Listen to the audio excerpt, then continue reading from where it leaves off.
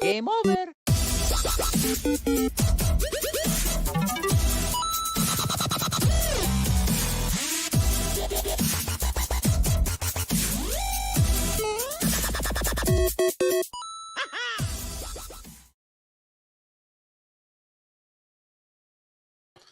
And what is up? Welcome back. It is Friday night, and you're here with the Average Boys podcast. It's your boy Crispy, and I'm here with my co-host Brian D. What is up, Brian? Yo, what is up, Chris? What's going on, buddy? Nothing, man. Chilling. It's been a rough week of work as usual. Nothing too crazy, but finally got myself back to a full week. Maintained. Went through some stress, of course, but feeling good, man. Feeling good to be back. Feeling good to be back at 100%. I got back to the gym. Started working with some of my fighters again, doing mitts, getting on the ground, getting on work, and feeling good. Okay. Feeling damn solid. How about yourself?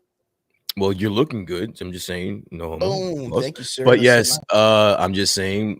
My week has been normal at best. I guess it's nothing new, nothing interesting about my week whatsoever. Work's been work, kicking my ass. And yeah, just ready for the weekend, man. Ready for the weekend. Just relax. Absolutely. Yeah. Well, I mean, shit. It's been pretty solid for what it's worth. We had some really crazy stuff happen this week. Yo, what's up, Robert, man? Welcome to the show. Thank you guys. You know what? I'm actually glad that Rob's here today because there is so much going on in the just the nerd community, man. There's just so much going on. Not only that, but there's so much going on in the wrestling community as well. Oh, like, really? This is a big weekend. This is WrestleMania weekend. WrestleMania. So like a lot of things are going on, and I know Rob's watching all of it like simultaneously. Yeah, so the fact that he took the time out of his night to come check us out, that means a lot. So thanks, Rob. So is WrestleMania going on tonight? No, it's the first night. It's a 2-night event. Oh shit. The first night is tomorrow. And I think that's the night where Stone Cold Steve Austin is going to be there. Oh shit. Yeah, and so you have the myth, the legend's coming back himself. The myth, and the legend. Yes, he'll be there Saturday, and then there's a Sunday. There's a second night, which is on Sunday. Fucking A, man, that's pretty wild. Well, shit. What do we got to look forward to with the rest of the stuff? Like, what do we got? Like, what? So yeah, I mean, obviously, that's the big story is that Stone Cold Steve Austin is going to be. I'm assuming wrestling, which his last actual match was. I think it was like 19 or 20 years ago. Something around there where he I think it was the WrestleMania where he fought The Rock and lost. That was like his last actual match. So that's the big news. Also, there's rumors and speculations about Cody Rhodes coming back to the WWE. Rumors that he'll be fighting Seth Rollins in at WrestleMania. Also, the big, I guess the main event of WrestleMania is the Roman Reigns versus Brock Lesnar. So you have that as well. And the match that I'm actually looking forward to is Becky Lynch versus Bianca Belair. They are both badass chicks, and they tear it down every time they wrestle. And that's the match I'm actually looking forward to. Well, fuck, dude. I mean, it sounds like a good time. I told you before, I haven't seen wrestling in such a long time, but it's good to see that it's up and running. They're doing WrestleMania. It's going to be good. No Undertaker this time around, or what? That guy's been retired. Unfortunately, I think it's over for the dead man. I think he actually is going to hang it up. You don't have to worry about him, which I'm thankful for. I thought that guy retired years ago. Yeah, he did, and he just keeps coming fucking back, bro. And that's my fucking problem with them. Like, my friends will tell you, I have been lobbying for Taker to just go away years ago. Like, we get it. Like, it's over. You can't do it anymore. It's over. I mean, it's rough. I mean, your body catches up to you and whatnot. Your age catches up to your body too. I mean, that job. I mean, you watch Ric Flair. Ric Flair, I think, is a little bit older than the Undertaker, and that guy, he moves like he's got both his knees buckled out, and it's pretty rough on those guys. But man, much love for having passion and pushing past that threshold, man. Because those guys are that's really cool, man. That's really Oh, cool. and But I hope I the don't event. think I'm Go sorry. ahead. I don't think I said it on air yet, but by the way, RIP Scott Hall, Razor Ramon, you man, you've done a lot for me in my childhood. So I Oh, just that's want to yeah, say yeah, that yeah. Because RIP Scott his Hall. passing away recently, right? Yeah. Yeah, man. I mean, Razor Ramon was man. It was badass back in the day with him and Diesel, man. Yeah, I bro. remember that shit. I remember that the NWO days and shit like that. Yeah, Yeah, those man. guys were legit, man. Yeah, I yeah, mean, it was bro. cool when Kevin Nash would come out. I think he came out with the Punisher movie, the old school one, Um the one that with the other guy. I forgot his name, the blonde haired dude. But Hulk it Hogan. was a good show, man. I mean, for what Okay. it's worth, it was cool to see him in movies and stuff. But Scott Hall, man, and I know that he dealt with like a lot of depression and abuse of drugs and things like that. And DDP was one of the dudes that helped save his life, right? Yeah, yeah. Yeah, yeah, I was right. And then that's because DDP does that cool yoga shit. It was And it was a lot to do with Jake the Snake Roberts. I don't know if you remember yeah, I who remember he Jake the is, Snake Roberts. but yeah, it was Jake the Snake Roberts. DDP started his DDP yoga. And he changed Jake the Snake Roberts' life around. Good And shit, man. so Oh, Jake the that's right. Yeah, yeah, because he was having trouble because of like his scoliosis and his back problems and all the stuff that yeah, was damaging and all the and the years of yoga was helping abuse. him, right? Yeah, with all the years of abuse and all that stuff. So then he reached out, Jake reached out to Scott, said, "Yo, Diamond is over here changing my life. Yo, Yeah, you need to be a part of we this. need to be a part of this." And so he did. Yeah. Yeah, that's fantastic. That's a great story, man. And yeah, I heard, he had some great years until he finally passed away. And shout out to him and all his great memories that he helped us create, man. I Yeah, mean, man. what more can you ask for? Yeah. He's out there throwing fucking toothpicks at Jesus How and shit. badass was that, yo? That Getting was into yo. the gates. No kid around my age group. If we could not have a pick within our vicinity without trying to fucking imitate Razor Ramon and Yeah, just flick and it at saying somebody, bro. Ayo Chico, or what do you say? Yeah, Exactly. Ayo Chico, right? Yeah. Yeah. Man, that guy had a wild ass voice, dude. Every time I listened to him, I was like, damn, this motherfucker's got some bass, dude. I'd Yeah. hate for that dude to be my dad and tell me shit. I'd fucking be scared on my life, man. Hey, but you know what? As a matter of fact, we did want to talk about some of the recent The happenings. transactions, the slap Happenings. heard Around across the world. fucking world.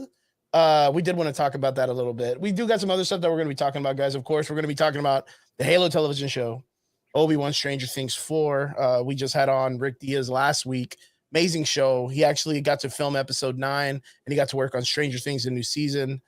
Shout out to him. And of course, he said he'll definitely come back when the show comes back, when it starts airing, and he'll review it with us and talk to us about the show and give us all the cool behind the scenes shit. So that'll be something to look forward to.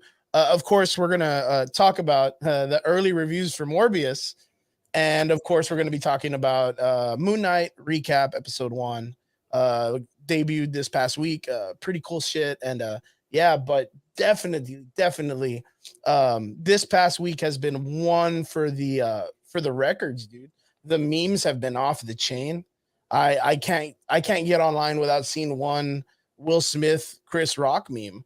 What a time to be alive, bro. Like what a time. What a fantastic time to be. What a time to be alive, yo. So okay, so first off, we're going to be talking to you guys today a lot because we want to get your info on this because it is a talking point, of course.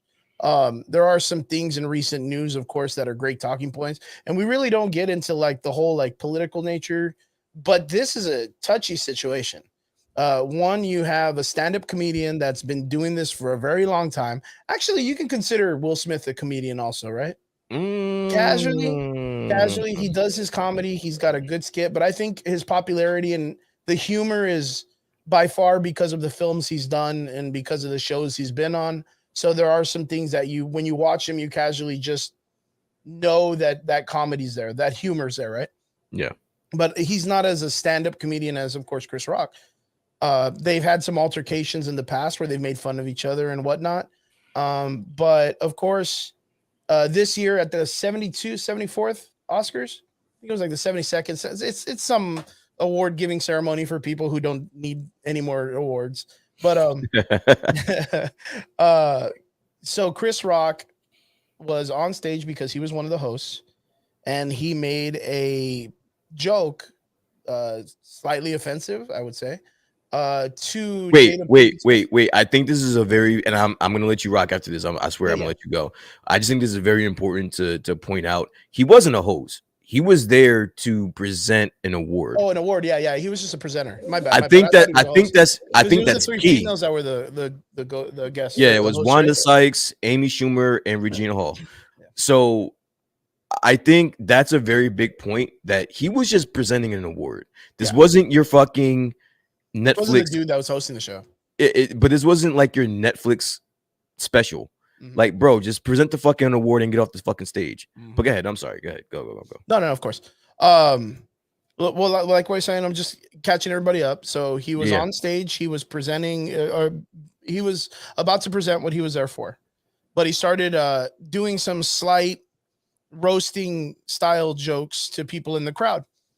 And then he brought up Jada Pinkett Smith and her at the moment being bald, which I am not familiar on how to say what the condition that she has, but I was very unaware of it until, of course, I have dug deeper into understanding what happened.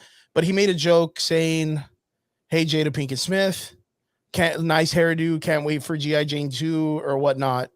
At first, the audience kind of giggled, and Will Smith kind of giggled too. Jada Pinkett Smith made a reactionary face that was more like rolling her eyes, and then proceeded to apparently make a face at Will Smith. And then at that moment, literally, like not even a minute later, Will Smith started walking on stage towards Chris Rock.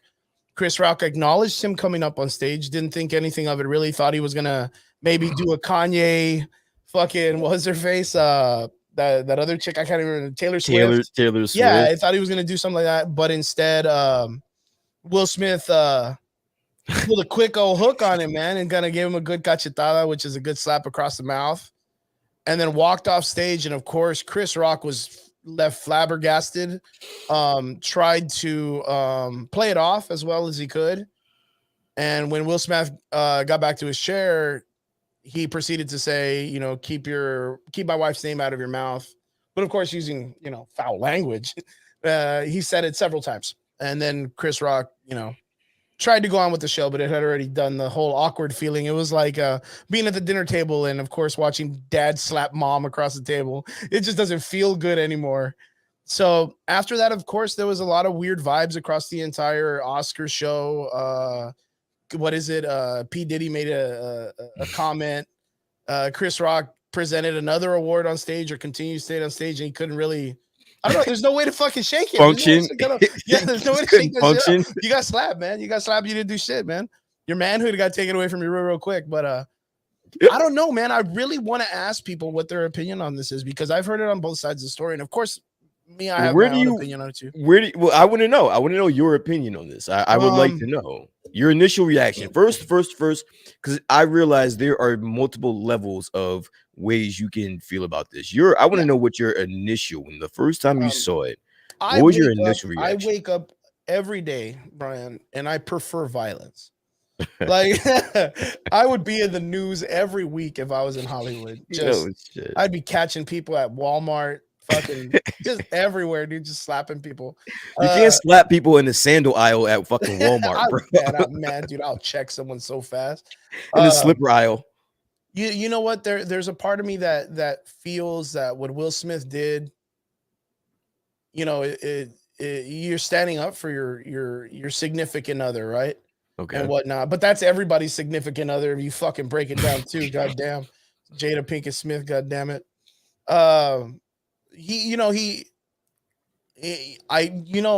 When I really thought about this at first, I was like, this fucking dude, goddamn. Well, I would probably done the same thing. I said that at first. And then, of course, like when it came out that, Jada Pinkett Smith actually suffers from alopecia or allopurinol, or I don't know what it's called. Wait, what was the second one you just said? Allopurinol. That's a fucking anxiety medication, dude. I don't know what it is. It's alopecia. Alopecia, right? Alopecia. Alopecia, which is a disease that makes your hair fall out. Is that yeah? It makes you. It's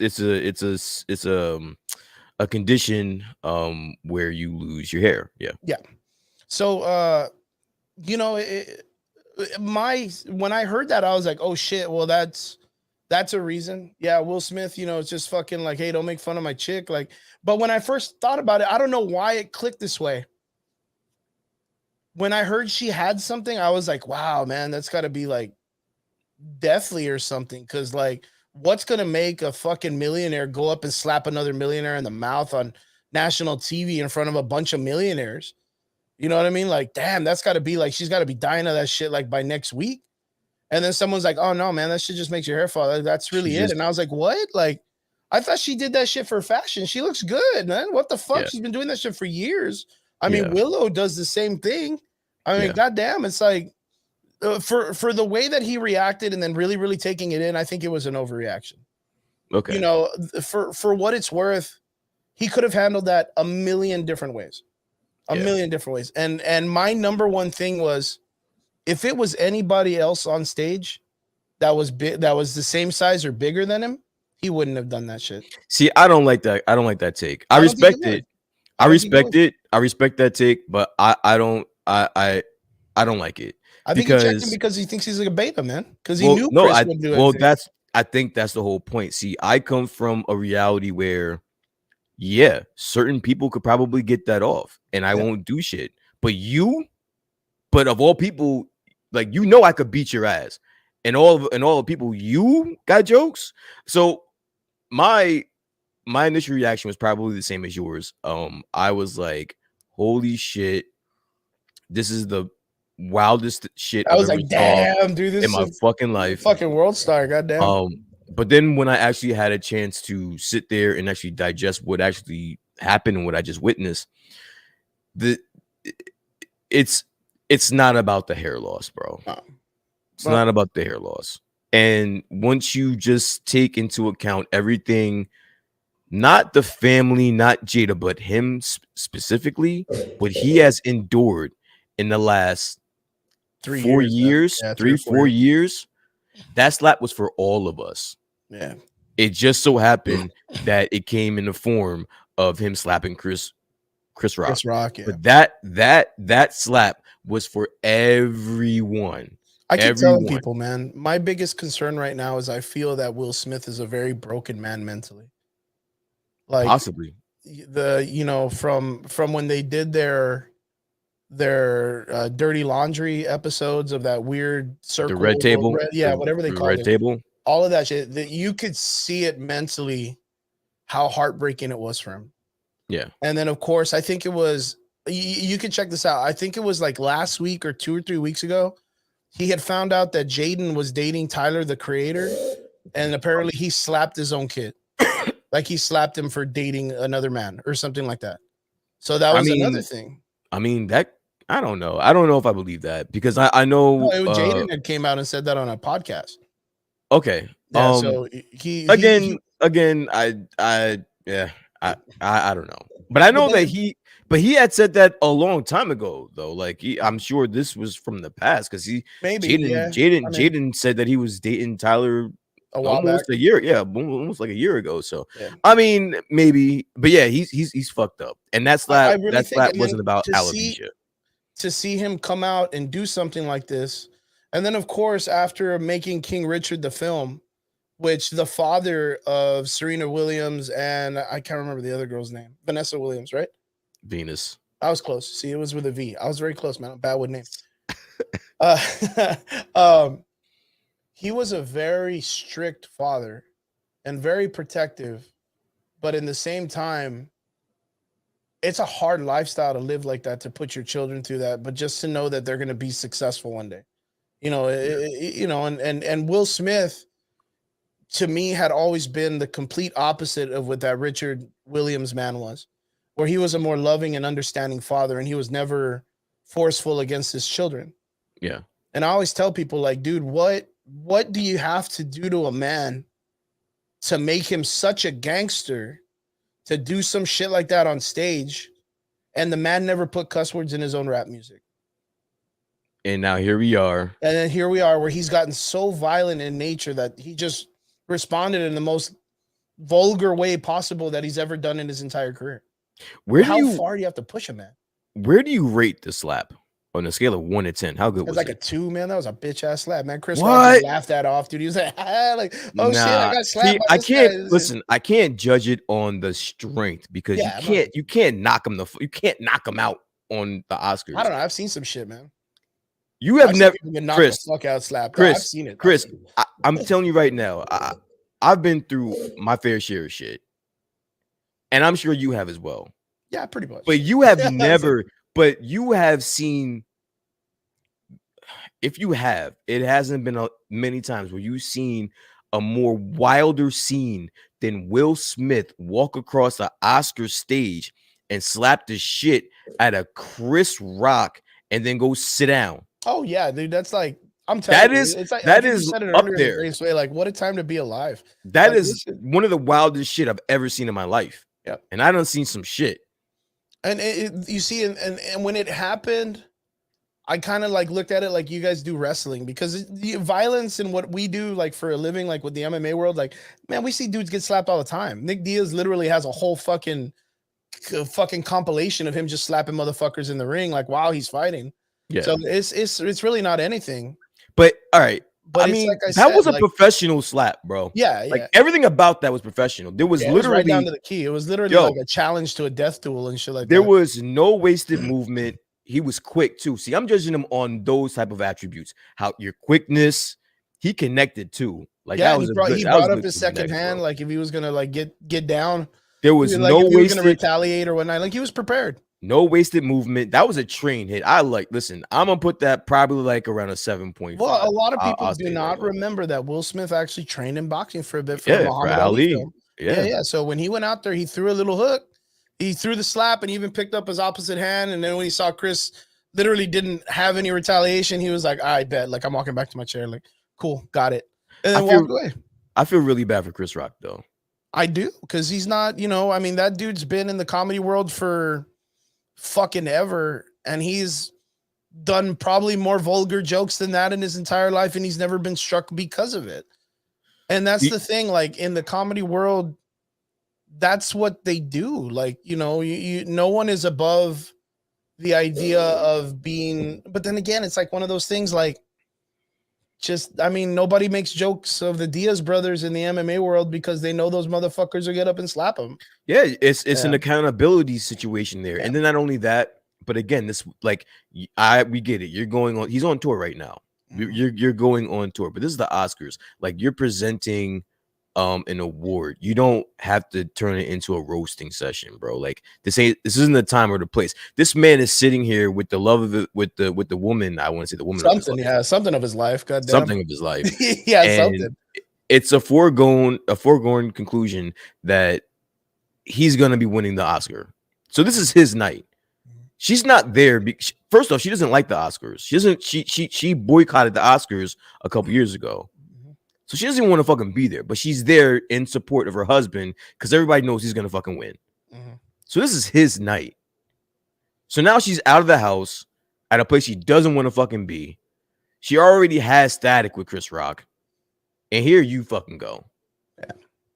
So you know what? And then it just sucks because like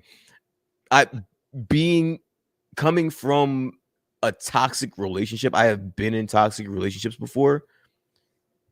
I know that feeling where it's like where she looks at you and you realize you got to fuck somebody up right now. Yeah. There's no negotiations. There's no diplomacy about it. I have to fuck him up. Otherwise, I'm in a doghouse and she's gonna call me a bitch, bro. Yep. What what? Like throughout all this situation, like my thing is, where was the fucking security, dude? It's Will Smith, dog. No. I think it's just Hollywood in general. Like nobody was at all mentally prepared for something like this happening at all, dude. You can't seek security on your best actor.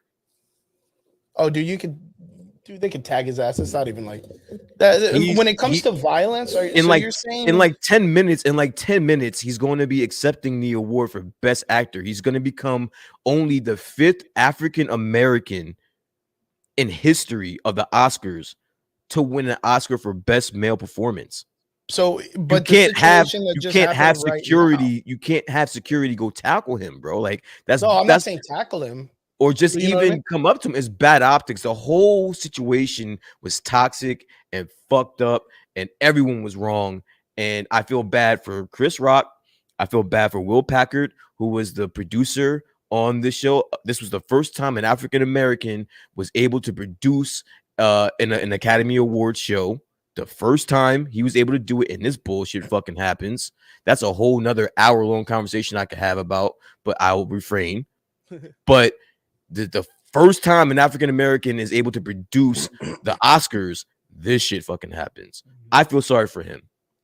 But okay, so talking about like the African American talk and bringing that concept up, what does this do to the African American community in the film industry when it comes to two people of African American descent causing something like this that's probably never happened in the history of the Oscars before? I don't think it's more so a cultural thing. A cultural thing. You're not from the African American community, but you dissected it perfectly. This man needs help. He's going through something. I think so. When I see Will Smith, I see the prior notion of like Robin Williams. I see a man who's gone through a lot of shit and he's hit it very well. He's tried his best to have his farmhouse and his white picket fence and his family that he's always thought was the dream. And the family did not come out the way he did. His wife cheated on him. His kids are not as they didn't follow in the same footsteps as he did, which is the type of music he produced, the way he produced his life, like the way he wanted to be a positive influence on the world and continue to be positive. I think the way he's raised his children is fantastic by giving them the opportunity to be exactly who they want to be. But I think in the aspect of it that the communities that they were established in Hollywood and of course like the industries and stuff like that, those are toxic to children who are so easily influenced. Yeah. So I think that's the big thing. He's kind of getting to this point where he's like he's mentally breaking. You're seeing a good man mentally break. And it's not his fault. Well, I mean, even though it may not be his fault, he is owning up to it, and he is still holding himself accountable because today he resigned from the Academy. What is it from the Actors Academy? Yeah, from like the Oscars. Like he retired himself. Well, at the same time, like from what I've heard, because I haven't really dug too much into this, I've dug enough to just understand it, right? He was asked to leave by security like moments after, which I guess was off camera or whatnot. Then he said no, that he wasn't going to leave. And then they asked Chris Rock if they wanted to have him removed, and Chris Rock was like, "No, it's fine." I don't know how it was really quiet, like media wise, but how it went after, if they were able to at least consolidate or talk to each other, you know, Will apologize to Chris, or if he just bounced out, either one of them. You know what I mean? It's kind of like what P. Diddy said. I really thought, I mean, you assume that they would try to do that because these people in Hollywood that all see each other in award ceremonies, they have to be at least somewhat tight knit, right? No, it's like it's like a boys club, yeah. Yeah, it's like a boys club. Like even the idea of understanding what Will Smith's wife has as a condition, people probably casually knew. Chris Rock probably casually knew. But instead, he chose to, of course, make fun of her not having any hair or whatnot. Yeah. That's the way I would assume the situation. But then again, I you know, we're not a part of that world. We don't know how it goes.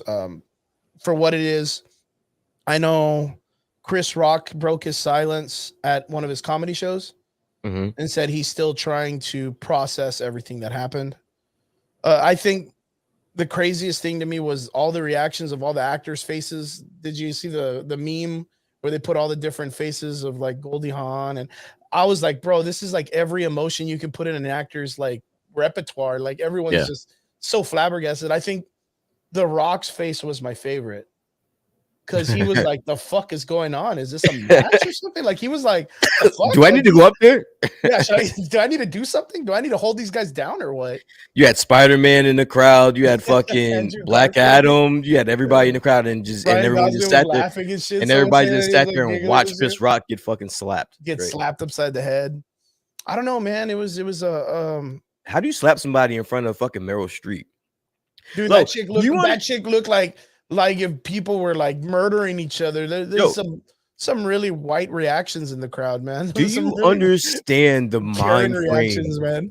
Do you understand the mind frame you have to be in to do something? Like, first off, your balls have to be the size of fucking watermelons to do man, that shit. When you choose violence, like yeah. That's number one. I know what that's like. I've been there before. I've been. And you know what? Stupid shit.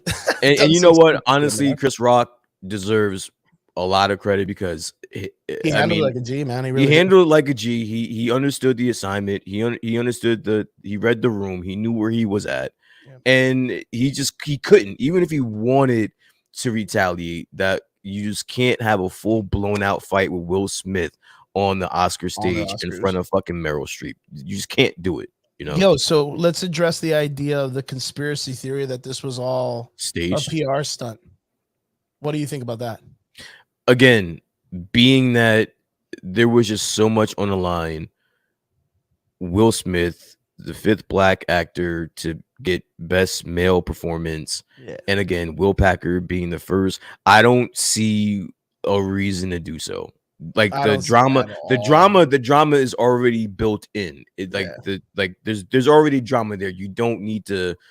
I mean, in retrospect, if you do want to talk, if you want to get a little tin hat,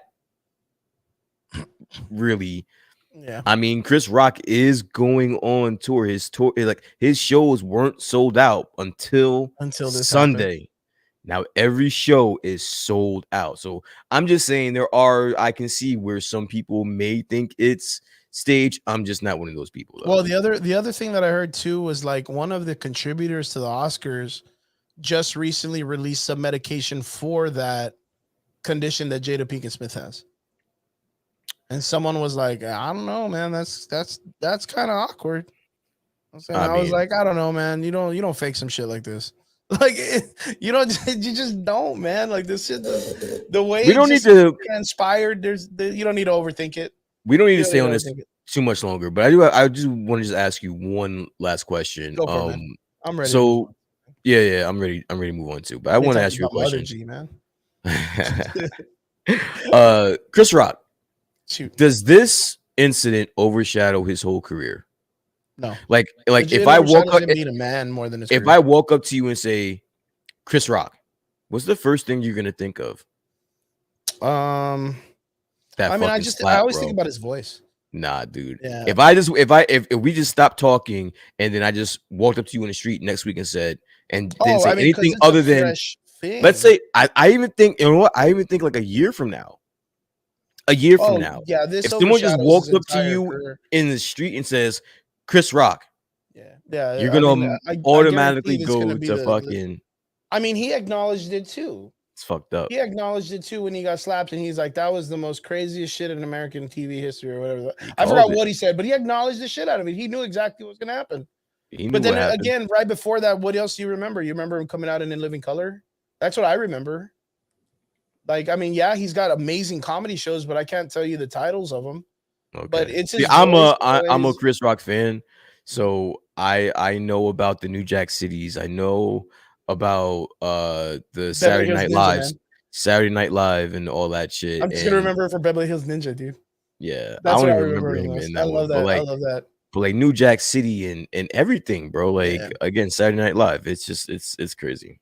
But anyway, yeah. It's an absolutely great question because I think that you're absolutely correct. This is going to overshadow him for an abnormally large time. I think when he retaliates and makes a comedy show about it, and he'll make that. I think 100% he'll make that comeback. Okay. With a big ass show, and I'm talking like maybe within the next till like next summer, he'll be like, "Yo, Chris Rock, overcome or give me one across the face," or I don't know. He'll make up a title and he'll run it and he'll make fun of this entire event. And he'll fucking, I don't know, take Jada out to dinner. I don't know. He'll do something. But I think he's smart enough as a comedian and as a person of intelligence that has to do that kind of shit. Like he's gonna slip this in such a great way. You watch. I give him a year and a half. I'm sure. I've given him about a year and a half. On to the next subject because I called this motherfucker out so much on it. I 100% said this last week on the show when this shit happened and it dropped. We were talking about, damn, Will Smith, he's fucking gangster. Did you see that shit? Man, he overshadowed Ezra Miller. And 100%, the fucking Flash was not having it. He was like, yo, no one overshadows me. I'm the G in Hollywood.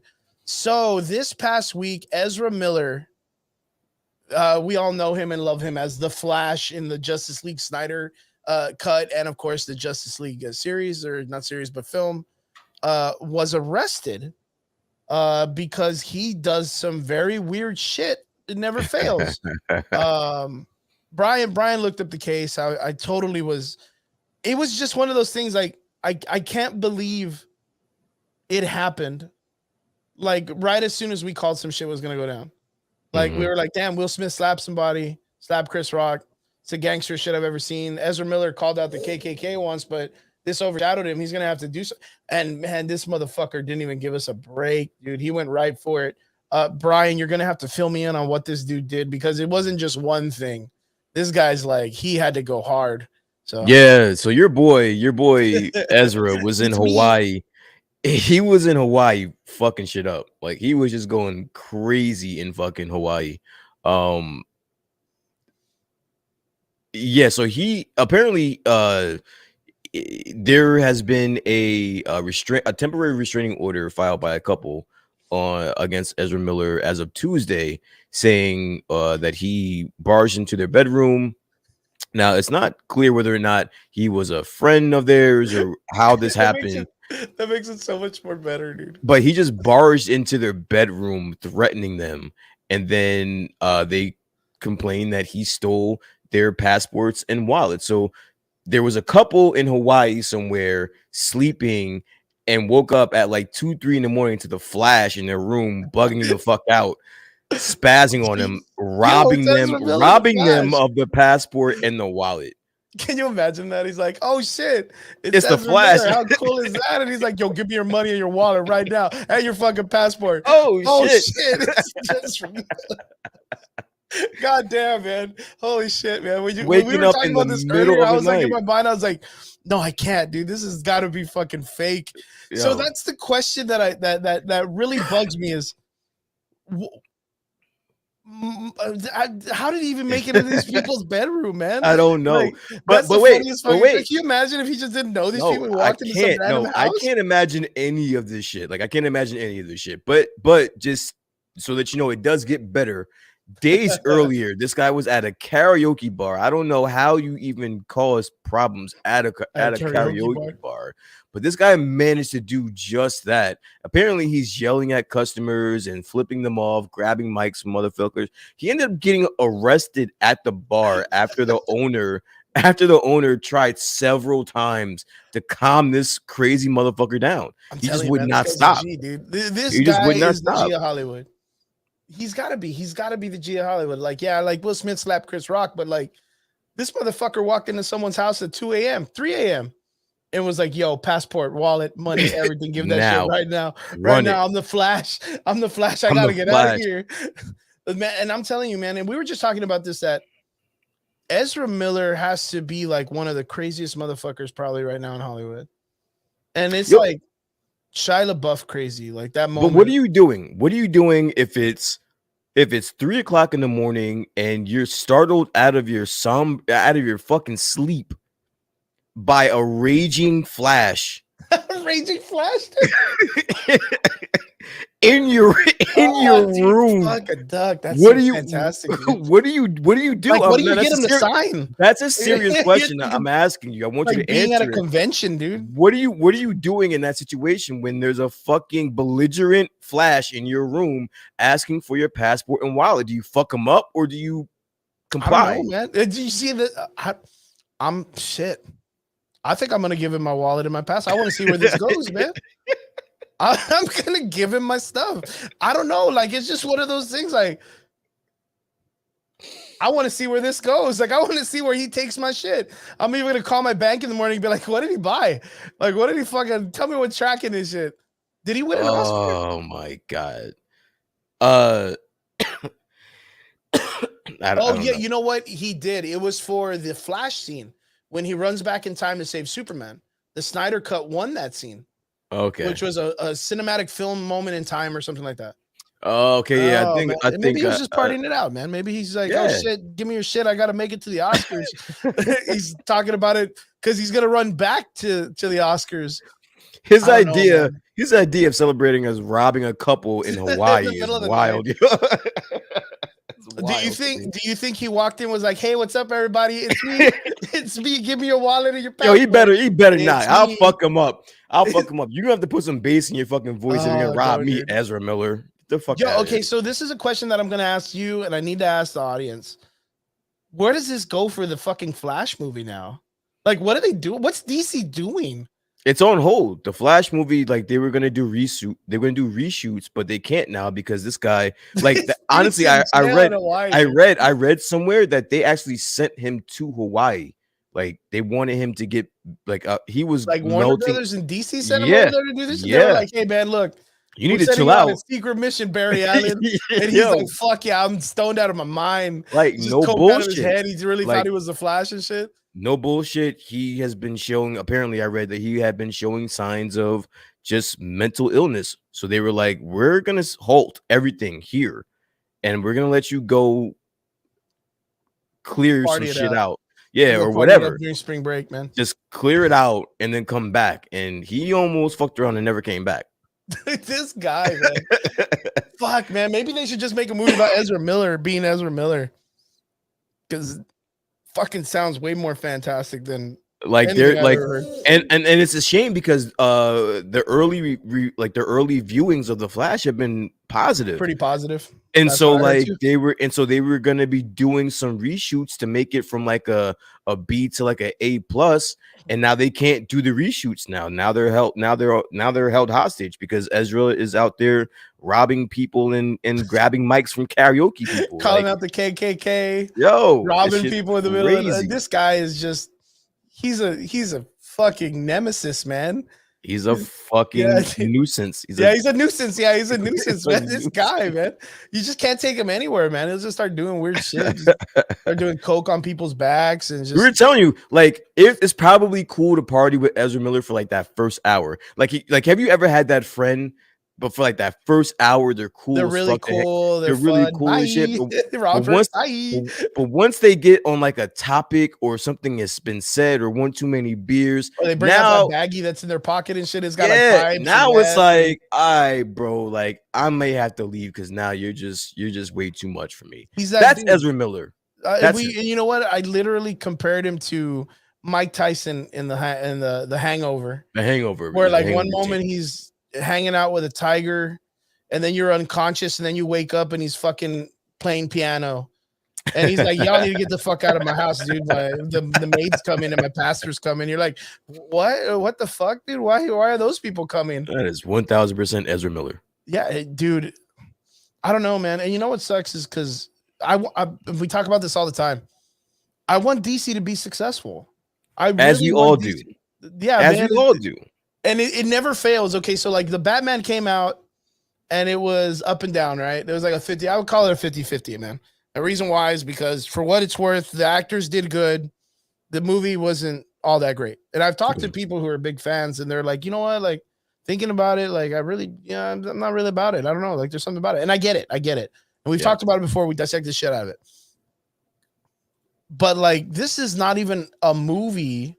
This is the actor himself that just can't, and he's the chillest actor in the world, dude. This guy's like, he looks like one of like the most just chill dudes, and he's just fucking mayhem, man. Animal Planet, bro. Man, fuck. Animal Planet. I really hope he gets some type of help or something, man. But I just don't know what they're gonna do. Vince brought up a really good comment, and he said there are some people out there that want Warner Brothers to recast the Flash. Nah, he's the Flash to me.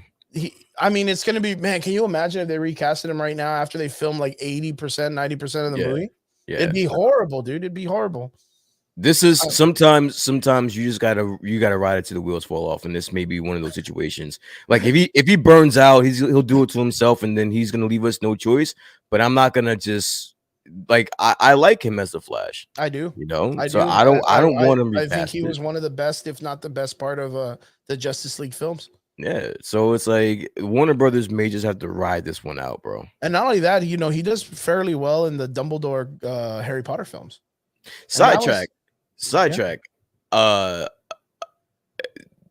don't know who has been praying to the Snyderverse gods. Oh Jesus, man! I know but exactly this thing just does not die. Nope. Like I am envious of the Snyderverse or the Zack Snyder stands out there because you motherfuckers get shit done.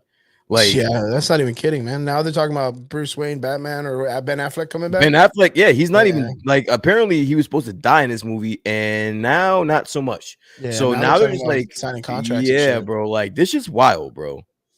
You know what? And I think it's because of the momentum that other actor that was going to play Deathstroke has been getting. I know who you're talking about. Yeah, I can't remember. I don't remember his name either, but I know who you're talking about. Yeah, he's been kind of on a mission for people to raise awareness to get Deathstroke versus Batman coming back again. Yeah, I mean, I'd be all about it to see him versus Ben Affleck in a Batman versus Deathstroke film.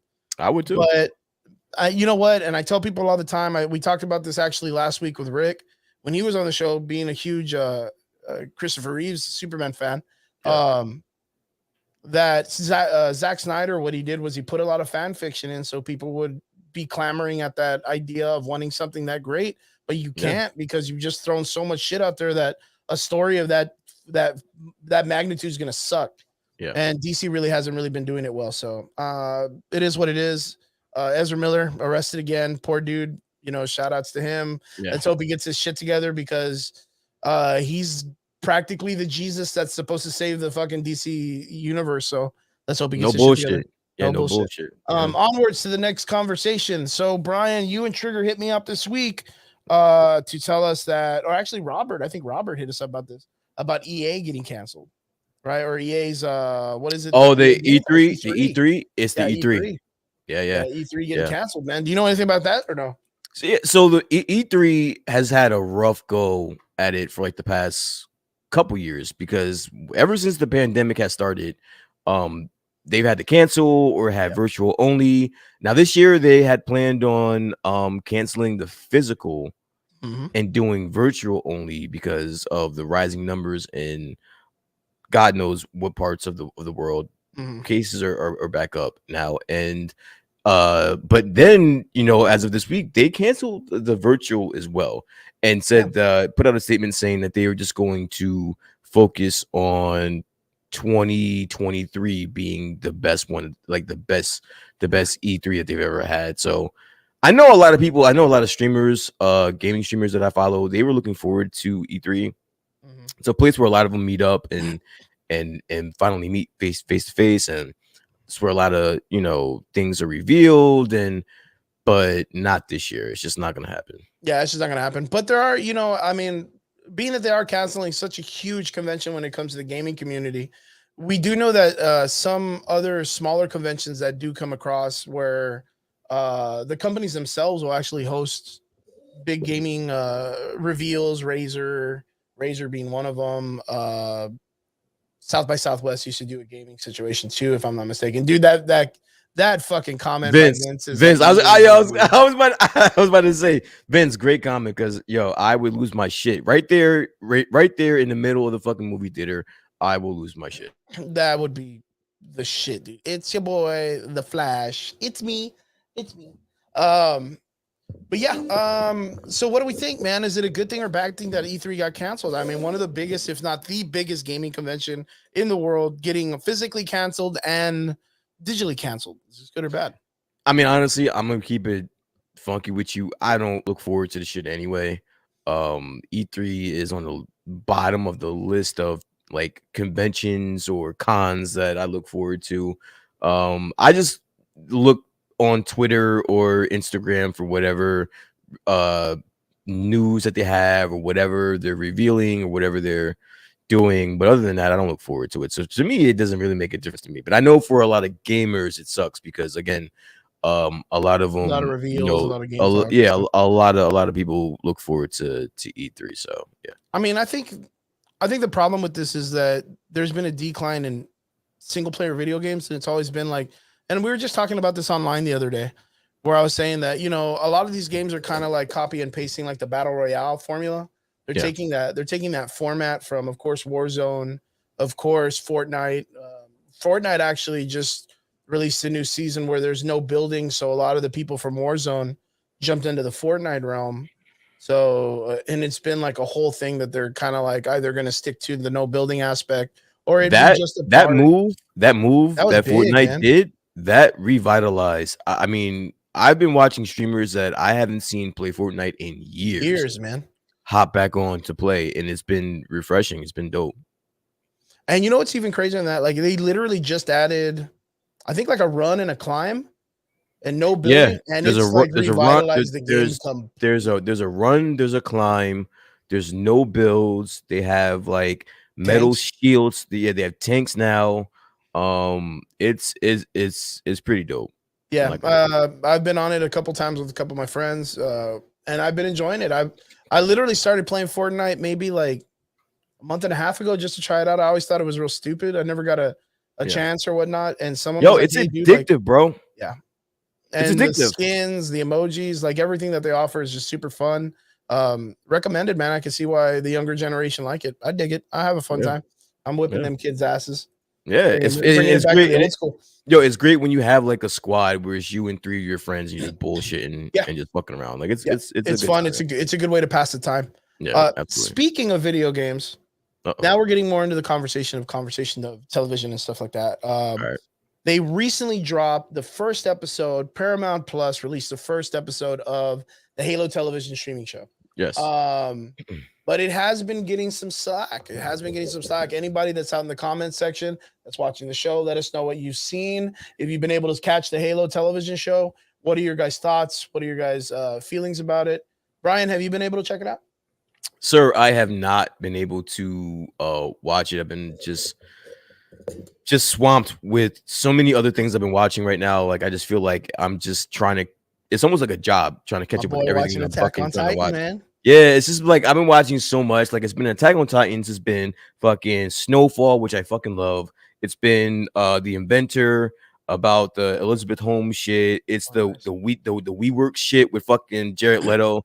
I've been watching a lot of shit. So I have not got a chance to watch it, but I have heard also some things that people have been saying about it. But I think you have been able to check it out, though, right? I actually got to. I have Fire Sticked it because I'm not gonna go buy Paramount Plus because there's really nothing that's.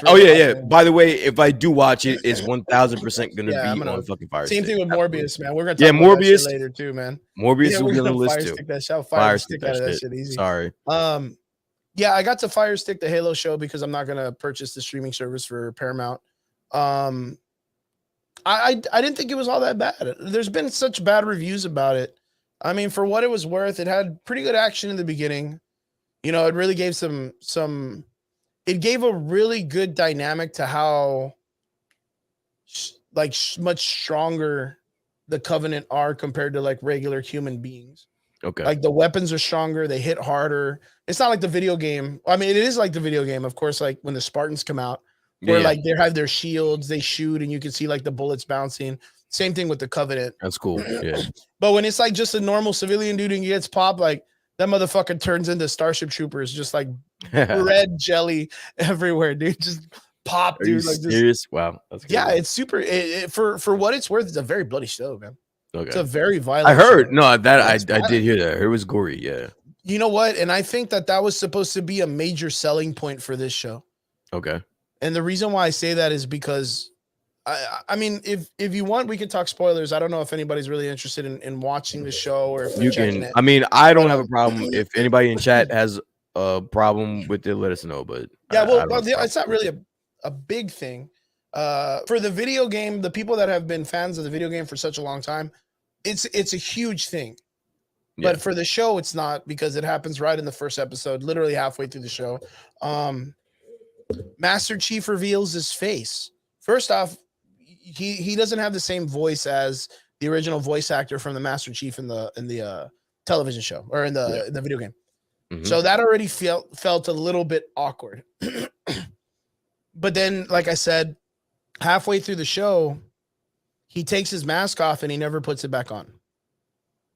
And Oh, so okay, so he's just walking around, just well, he's in a ship and he's about to fly off or do some shit, but he literally takes it off to talk to someone, and then he just literally leaves it off and takes off with that person like an escape or whatever. But Yeah. to show the emotional content of the actor, they did this stuff.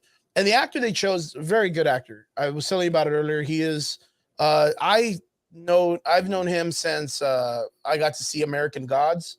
He Mhm. plays the Irish god, the lucky leprechaun. But his name is Pablo something. Schreiber. Bobby Schreiber, yeah. He came out in Den of Thieves also.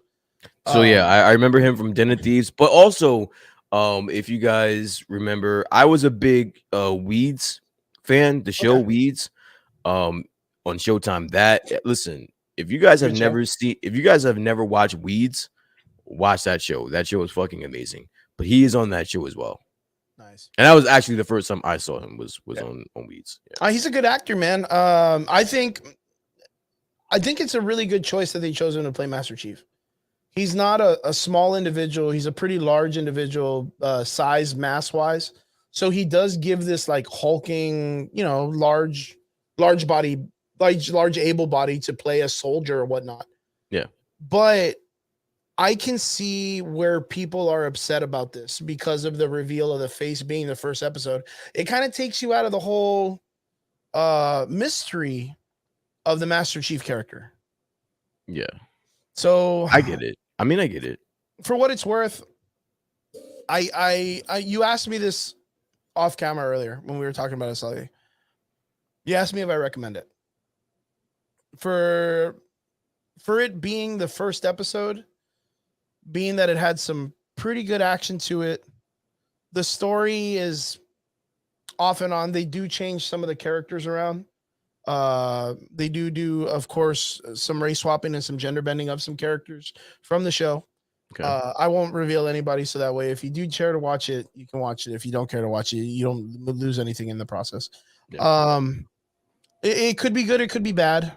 It really didn't matter too much. But the thing that I was kind of taken by was the Master Chief face reveal. I kind of felt it was very underwhelming. I kind of felt like it wasn't giving enough homage to the Master Chief of the video game series. Okay. Being that we went through, almost like 20 years. What is it, 30 years? It's been a while, man. And there was still that idea that one day we were going to see John's face. Yeah. One day we were going to see Master Chief's face. He would always do like the helmet take off and then boom, cut. You hear the ding, ding, ding, the song or whatnot. You would always get that. You'd always get that, hey, we're going to show you one day. Maybe not today, maybe not tomorrow, but soon. This show did not hesitate. In the first episode, it felt like the first 30 minutes, they were like, man, we're going to get this guy naked. He's going to just take off all his goddamn clothes. What I was hoping for this show, and it's still the first episode, maybe second by now.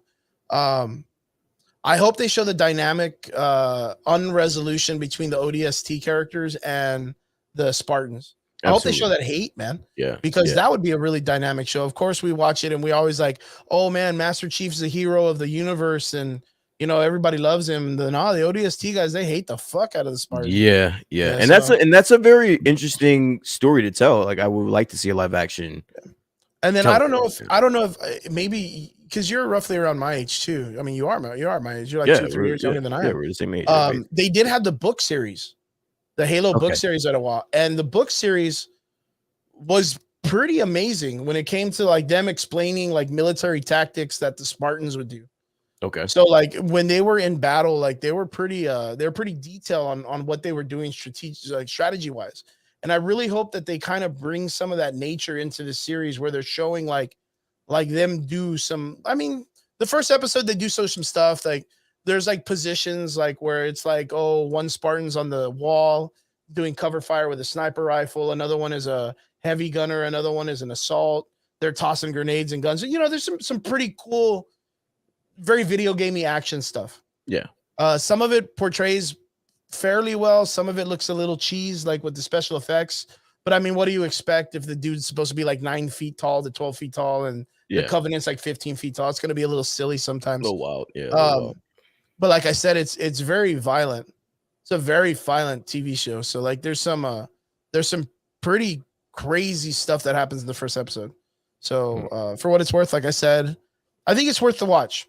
I think it's worth the watch to be able to sit down and check it out. I know that, like I said before, and we said it earlier, there has been some reviews that are like, it's trash, it's already sucking, and it's like, wait a minute, man, you got to give it some opportunity to kind of like build. Yeah, we've waited this fucking long for something. If you don't, I don't know if you remember this, but the guy who made District 9 and Elysium, he was originally supposed to, him and Peter Jackson, the Lord of the Rings guys, they were the ones that were supposed to make the original Halo film.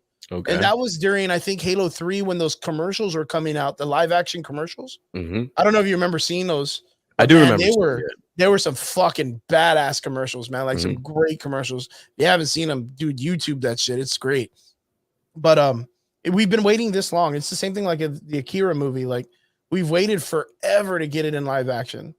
And we finally get it. And of course, like, yeah, there are some weird things in Hollywood and in media that people are, pushing some agendas that, a lot of people, don't agree with or whatnot. But this is what we got, gentlemen and ladies. So we're going to take it as is, and we're going to watch it, and you're going to be happy, goddammit. So first episode, casually recommended if you want to check it out. I say it's pretty cool. Maybe one more episode will kind of it's either gonna Boba Fett it or it's gonna WandaVision it. So all right, so I'm gonna actually put you to the fire because I can't just let you off the hook that easily, sir. Okay. We do a lot of grading systems here. So what are you grading this first episode? Scale of 1 to 5 or 1 to 10? 1 to 10. I'll give you a bigger spectrum to play on. Yeah, I mean, I can give it like a solid 6.5 to 7. Okay. I give it like a 70, like a 7. Okay. I think it's worth the watch. The story's a little bit iffy right now, but like I said, I think by the second episode, it's either gonna give us a good WandaVision or Loki episode, or it's gonna give us a Boba Fett where Master Chief's just trash, dude. Yeah, but yeah, you guys check it out, and if you haven't seen it, or if you have seen it, tell us what you guys think in the comment section. If you haven't seen it, then tell us what you guys do think when you do get the opportunity to check it out. But as a matter of fact, we are going to talk about some other stuff too. Last week, we had the opportunity to talk to a really great individual. His name was Rick Diaz. Cinematographer, worked for Texas Chainsaw Massacre. Filmed in fucking Bulgaria, dude. I still think that's super fucking amazing. Not yet, George. We're going to be talking about it in about 40 minutes or 20 minutes, probably. 20, 30 minutes. What do you think? Moon Knight? We'll probably get to that in about. Yeah, and honestly, you're gonna want to stick around for that because we're gonna talk about it. We're definitely gonna talk about it. Yeah. We're gonna get to Moon Knight. Yeah, we just got done talking about the Halo TV show. If you guys check it out, tell us what you guys think. But we're going on to the next section. We got to talk to a gentleman named Rick Diaz, who is a cinematographer. Very good work. Did some amazing stuff for the Texas Chainsaw film that came out on Netflix recently, and gave us the insight on what was going to be coming up with Stranger Things coming up in, I want to say, what did he say? It was going to be like July? Stranger Things? I think that's what he said. But the reason why we bring this up is because it's a very, very interesting concept. So Obi-Wan Kenobi, the television show that was going to come out on Disney Plus, was actually slated to appear alongside the Miss Marvel television streaming show on Disney in the Marvel universe. When we talked about this last week, we thought it was a very what is it? A clash of interest? Weird. I just thought it was fucking weird. Yeah, like, because Obi-Wan, I think Obi-Wan was coming out 2 weeks. It was gonna start 2 weeks before Miss Marvel. And but it would have been coming out the same day, streaming. But after the second week, they were going to be streaming on the same day. On the same night. Yeah. So I mean, that's a really big conflict of interest because of the fact that the idea is like you have to promote these shows so that they get the most views. You don't want to make it to where you're putting out two amazing shows and people are having to choose between either one of them and they don't get the opportunity to see the other and whatnot. You want to be able to get those views. So when we were talking about it, we were like, man, why would Disney want to put out, if not the biggest return of one of the biggest, if not both him and Hayden Christensen, the biggest characters in the Star Wars universe. Why would you put that against the little 13-year-old what Muslim superhero that a lot of people don't know about but might be casually interested in? Like, why would you do that? And my first opinion was, man, it's probably because they think it's not going to be successful. That was my first call, is that they didn't believe the Miss Marvel show was going to be good. Yeah. And they were like, well, we need people at least on the website. Let's release Obi-Wan. Mm-hmm. But then all of a sudden it changed this past week. And they changed it to now, what was the date? That Friday. It was the 25th. I'm not exactly sure. I'll check it out right now. Obi-Wan Kenobi. It changed from Wednesday to Friday. It was supposed to be the 25th, and then whatever. Well, I guess 3 days after that is May 25th, 2022. Wait. The first episode. May 25th. Yeah, May 25th. Which is actually now Wait, that's still that's still okay. So May 25th is a Wednesday.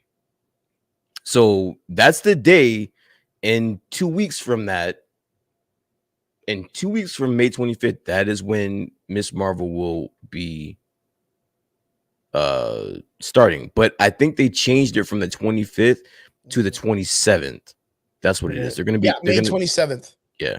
So they're changing it from the 25th to the 27th. So they're gonna be running on Fridays, and Miss Marvel will be running on Wednesdays. On Wednesdays, starting on the 8th of as Deadline Hollywood points out, May 27th is also the premiere date for this 4th season of Stranger Things Part 1. Because it's going to be broken down into four episodes? No. 4 parts. Like series or parts. Yeah, or something like that. The way they're doing it a lot different. They're not going to be like episode. Well, they're going to be episodical, of course, but they're going to be very long. They're going to be like almost like films, like movies, each individual one. Yeah. So I'm really excited for Stranger Things 4. Compared to the Obi-Wan show, though, how do you feel about this? Because that's what it looks like. It looks like Disney was like, hey, well, you know what? Like, if there's anything that's going to kick the shit out of us, it's going to be Stranger Things. So let's compete against Netflix. There's so many differences in shows that I won't mind it. I just got to figure out how I'm going to watch them both. There's like, if it came down to Miss Marvel or Obi-Wan, I may like pick one or the other and then watch the other one, later down the line. But Stranger Things and Obi-Wan, dude, I'm watching both of them like definitely that day. So yeah, it doesn't make a difference. Well, you know what? Like, this is what I was going to say earlier. Compared to the way Boba Fett came out, my excitement for Stranger Things is I know 100% Stranger Things ain't going to let me down. Because they've had 2 solid seasons. Well, 3 solid seasons. You say that, and then I say that with my favorite shows too, and then they put up a dud. So hopefully that's not the case. Well, hopefully it's not. I mean, I'm really excited for Stranger Things 4. I think the story has developed enough that it's probably going to give us a solid ending. Yeah. But I mean, with the last iteration of what Star Wars gave us with the Boba Fett series, I'm a little worried. I'm a little worried about the Obi-Wan show. I really didn't see a point in them creating an Obi-Wan show. A lot of people are still saying that they're really excited to hopefully get Darth Maul, which I am. I don't think we'll get Darth Maul, but but to kind of piggyback over what you just said, I don't think Ewan McGregor and Christian Haydenson, that's his name, whatever his name is. Yeah. I don't think either one of them would be involved if this wasn't going to be some good shit. Personally, I don't think so. I don't know, man. I mean, Ewan McGregor maybe, but Christian Haydenson, that dude's working at Walgreens or some shit.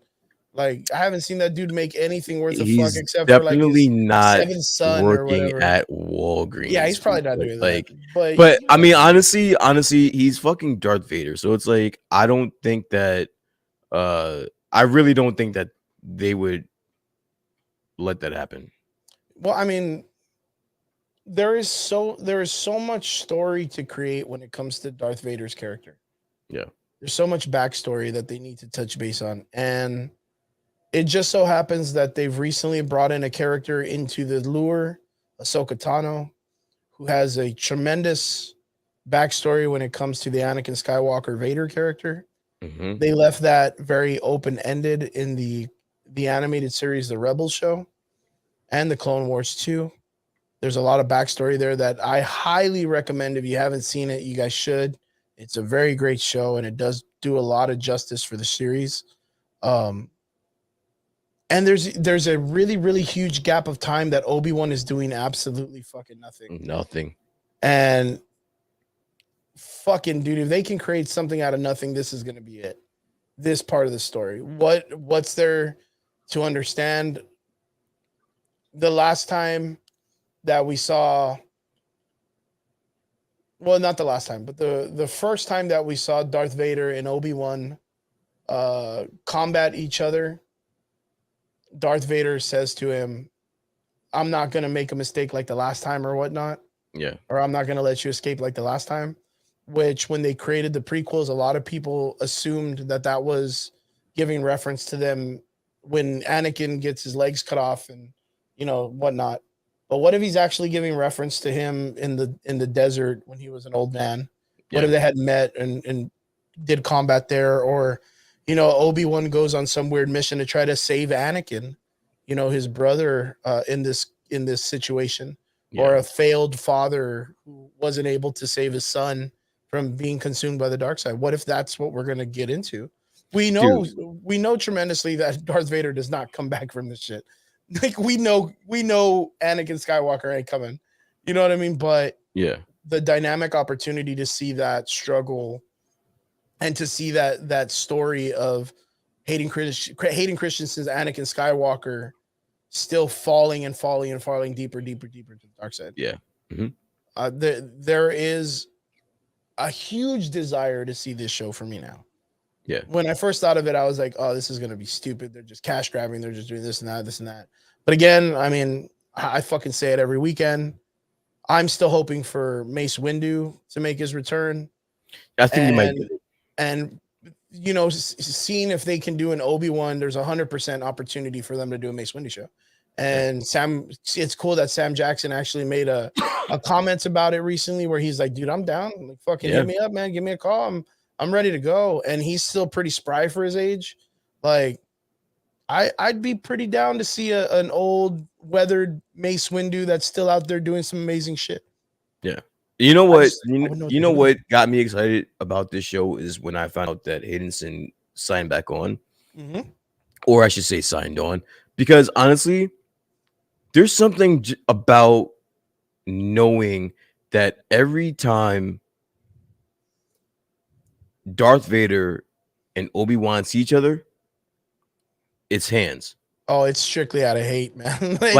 It's Chris Rock and fucking Will Smith all over again, man. Like, you may get some dialogue, like you may get a little dialogue, but at the end of that dialogue, they're swinging. It's a fight. Yeah, like, you know that they cannot be in the same room without hands being thrown, and I love that. Like, I love that aspect about their dynamic and their relationship that they had. Like, we saw it. Like, we saw everything that they came up with and they went through, and you know, they were like brothers, dude. And and now the lines are so blurred, and you know, Obi-Wan is with the guy's son. He's not gonna like that. So he's like, now I already had a reason to fuck you up, but now you have my son, and like, now I really don't like you. So like, it'll be interesting because we do, you know, casually learn in the older films that Darth Vader realizes he does have children, right? Yeah. But he knows he had kids with Padme. Yeah. So like, there's a part of me that wonders if I think we talked about this once on the show, where when they become a Darth or they become a part of the dark side, they lose themselves and become someone as a new individual and whatnot. Yeah. I wonder if when he becomes Darth Vader, if he loses the idea of him knowing he has children.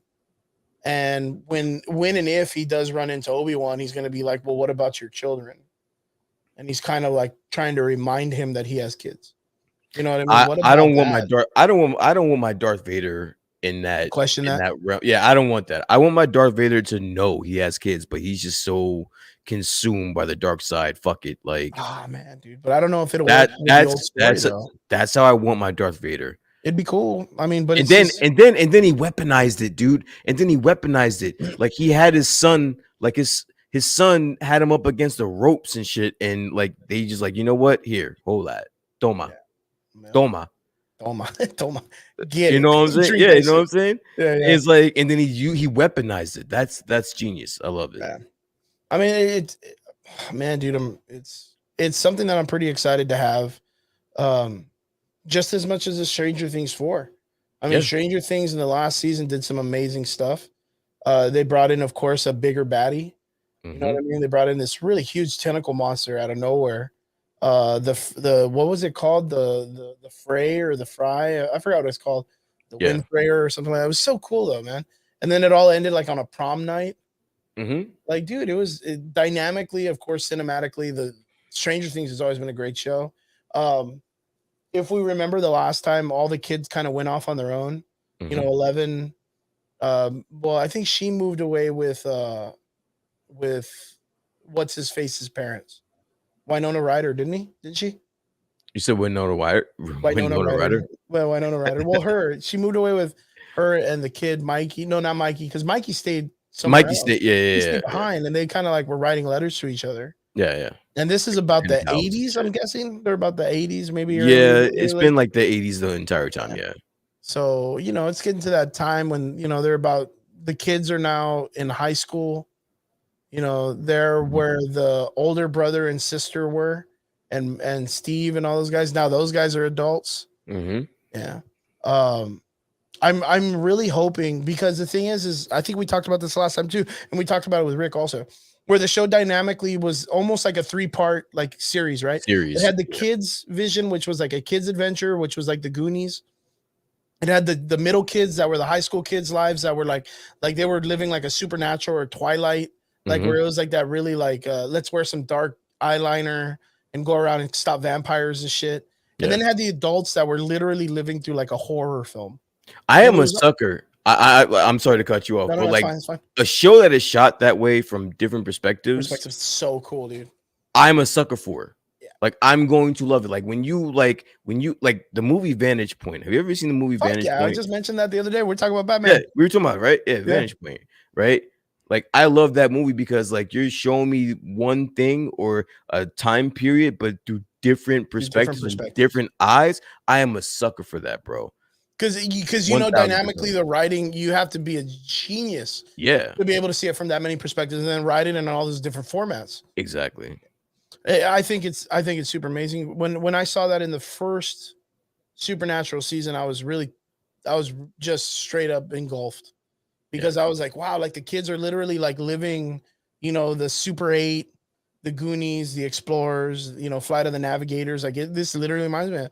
And then when it would show the teens were literally doing an episode of Supernatural. Like they were even pulling out like bats with spikes, like literally just a Supernatural. And then the adults were literally going through like fields underneath with like lights, and there was like, you know, debris in the back, very like alien-esque, very old school Ripley, like, you know, fucking H.R. Geiger kind of like just vibes of that whole like it literally, when I remember the scene where Hopper was in the pumpkin field. And he's going underneath because someone's like, oh, my pumpkins are dying. Remember that? Yeah. Because they're using poison, or someone poisoned my well, or someone poisoned someone's saying that the neighbor, when he's walking through the tunnels in the cornfield or in the pumpkin field, I got literally 100% the vibes from the movie Aliens when they're walking through the area with the facehuggers. With the pods and shit. I was like, dude, this is straight Aliens. And have you ever seen that Nicolas Cage movie Snake Eyes? Snake Eyes? Yeah. There's a Nicolas Cage movie called Snake Eyes. No. And it's crazy, man. And it was kind of like a Vantage Point before Vantage Point. Okay. And it's basically like a mystery, or it's a movie that's a mystery, but with one event happening, but all the things that contributed to this one event happening. I don't want to spoil for anybody if you want to watch it, but it's that reminds me, like, again, anything of that sorts where you have one event, one Different time frame, but from different perspectives. Listen, it could be the worst movie on the fucking planet. It could have a fucking 13 tomato score. Yeah. But you're watching the shit out of it. But I would watch that shit, bro. Like, I would love that shit. Yeah, no, I'm 100% about that. But you know what? I kind of feel like coming into the season 4 for Stranger Things, I really have this idea that's gonna be okay. So we have several episodes coming out, right? I believe so. If I'm not mistaken, there's 4 parts with several episodes in the middle of them. Okay. If I'm not mistaken. And I know we talked to Rick, and Rick said that he filmed episode 9 or was a part of episode 9. Yeah. So we know that there's got to be at least 9 episodes. Let me know when you figure it. Let me see. Yeah, I'm looking right now. There are 9 episodes. Yes. Cool. But they're different parts, right? It says it's like a 4-part series. It doesn't really break them down. Let me see. Yeah, because so now, it seems like it's only gonna be like a 2-part series, because the first 1, 2, 3, 4, 5 episodes are going to be from May. Well, they're all dropping on May 22nd. So they're all dropping on May 22nd. The first 4 episodes or first 5 episodes are dropping on May 27th. Nice. And then they're taking a little bit of a hiatus. They're taking June off and then going back in July 1st with the next 4 episodes. So it's going to be like a 2-part season. Okay. So that's why they're probably calling it the part 1 and part 2, because of the break in between. Yeah. Cool. It's going to stretch it out a little bit. I really, really think they're going to format into majority horror. I think I'm fine. I'm fine with that. Yeah, I'm good with that. I'm a horror guy, so yeah. Yeah, so I really think it's going to be more horror based, but I kind of feel like The Faculty. Love that that's movie. Why I was like, damn, good comment. Good call. Love The Faculty.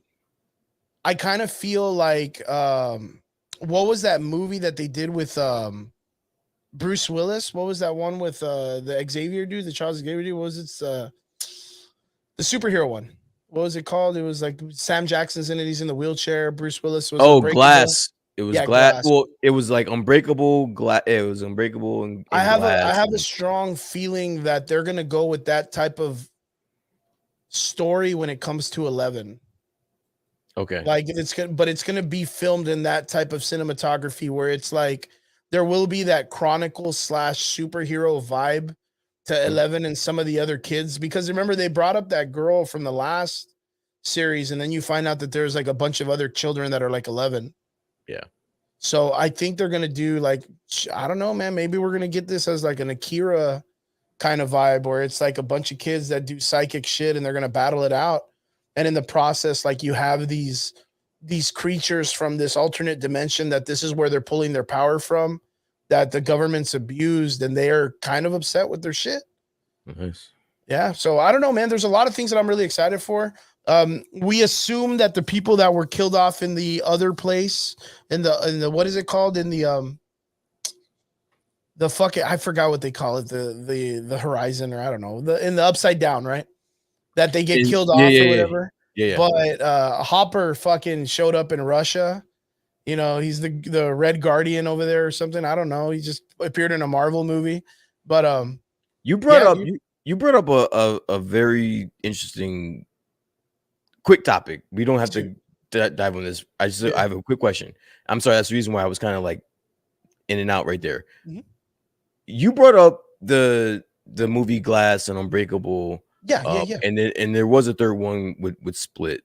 There you go. I couldn't remember. Have you seen those 3 movies? Yeah. It's a trilogy. Have you seen all 3? You've seen all 3 of them? Yeah. Okay. So which was your favorite movie out of those 3? Out of curiosity. From M. Night Shyamalan. What the twist? Fuck, that's a good question, man. I really dug the character in You know Glass. What? I'll make it. Oh wait, say it again. I really like Glass. Oh, I was gonna take Glass out because I thought that was just gonna be like the because throwaway like here. that character to me was a very interesting take on a villain. Like Shit. just in general, yeah, because you look at him and you're like, he's a genius, which of course every You like major Glass before Split and Unbreakable? Split was cool. I just feel like they there was something about it. I mean, I'd have to go back and rewatch it again. But there was something that I was kind of like, okay. Like the idea of him Wow. being like, the chosen, bleh, like, and I was like, all right, like that's why you're gonna pull away. I get it. Chat, And I then, want to know comments. I want to know I mean, which Split was one good. of I'm not gonna which one lie. of those movies is your favorite. Split is hands down the superior movie. Unbreakable is overrated. I think Glass could probably take up that number 2 spot if you catch me on the right day. Yeah, I yeah. do like Unbreakable, but Split is my shit, bro. I mean, That don't get movie me is wrong. fucking Out of all three of amazing. them, I think Split's probably gonna be the better story. But character wise, I kind of feel that Glass is like the character that Sam Jackson plays. Yeah, He is such Mr. an Glass. enticing character. Yeah.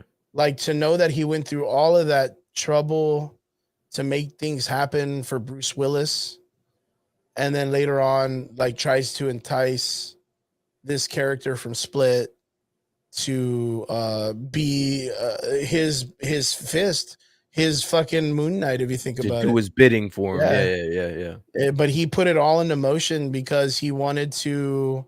At first, he wanted to team up with Bruce Willis's Bruce Willis. character, Yeah. but then when he realized that Bruce Willis's character, just It's like like, most fuck off. heroes, Yeah. are isolated, don't want people to know about him because they're afraid of, the backlash or their family being hurt or whatnot.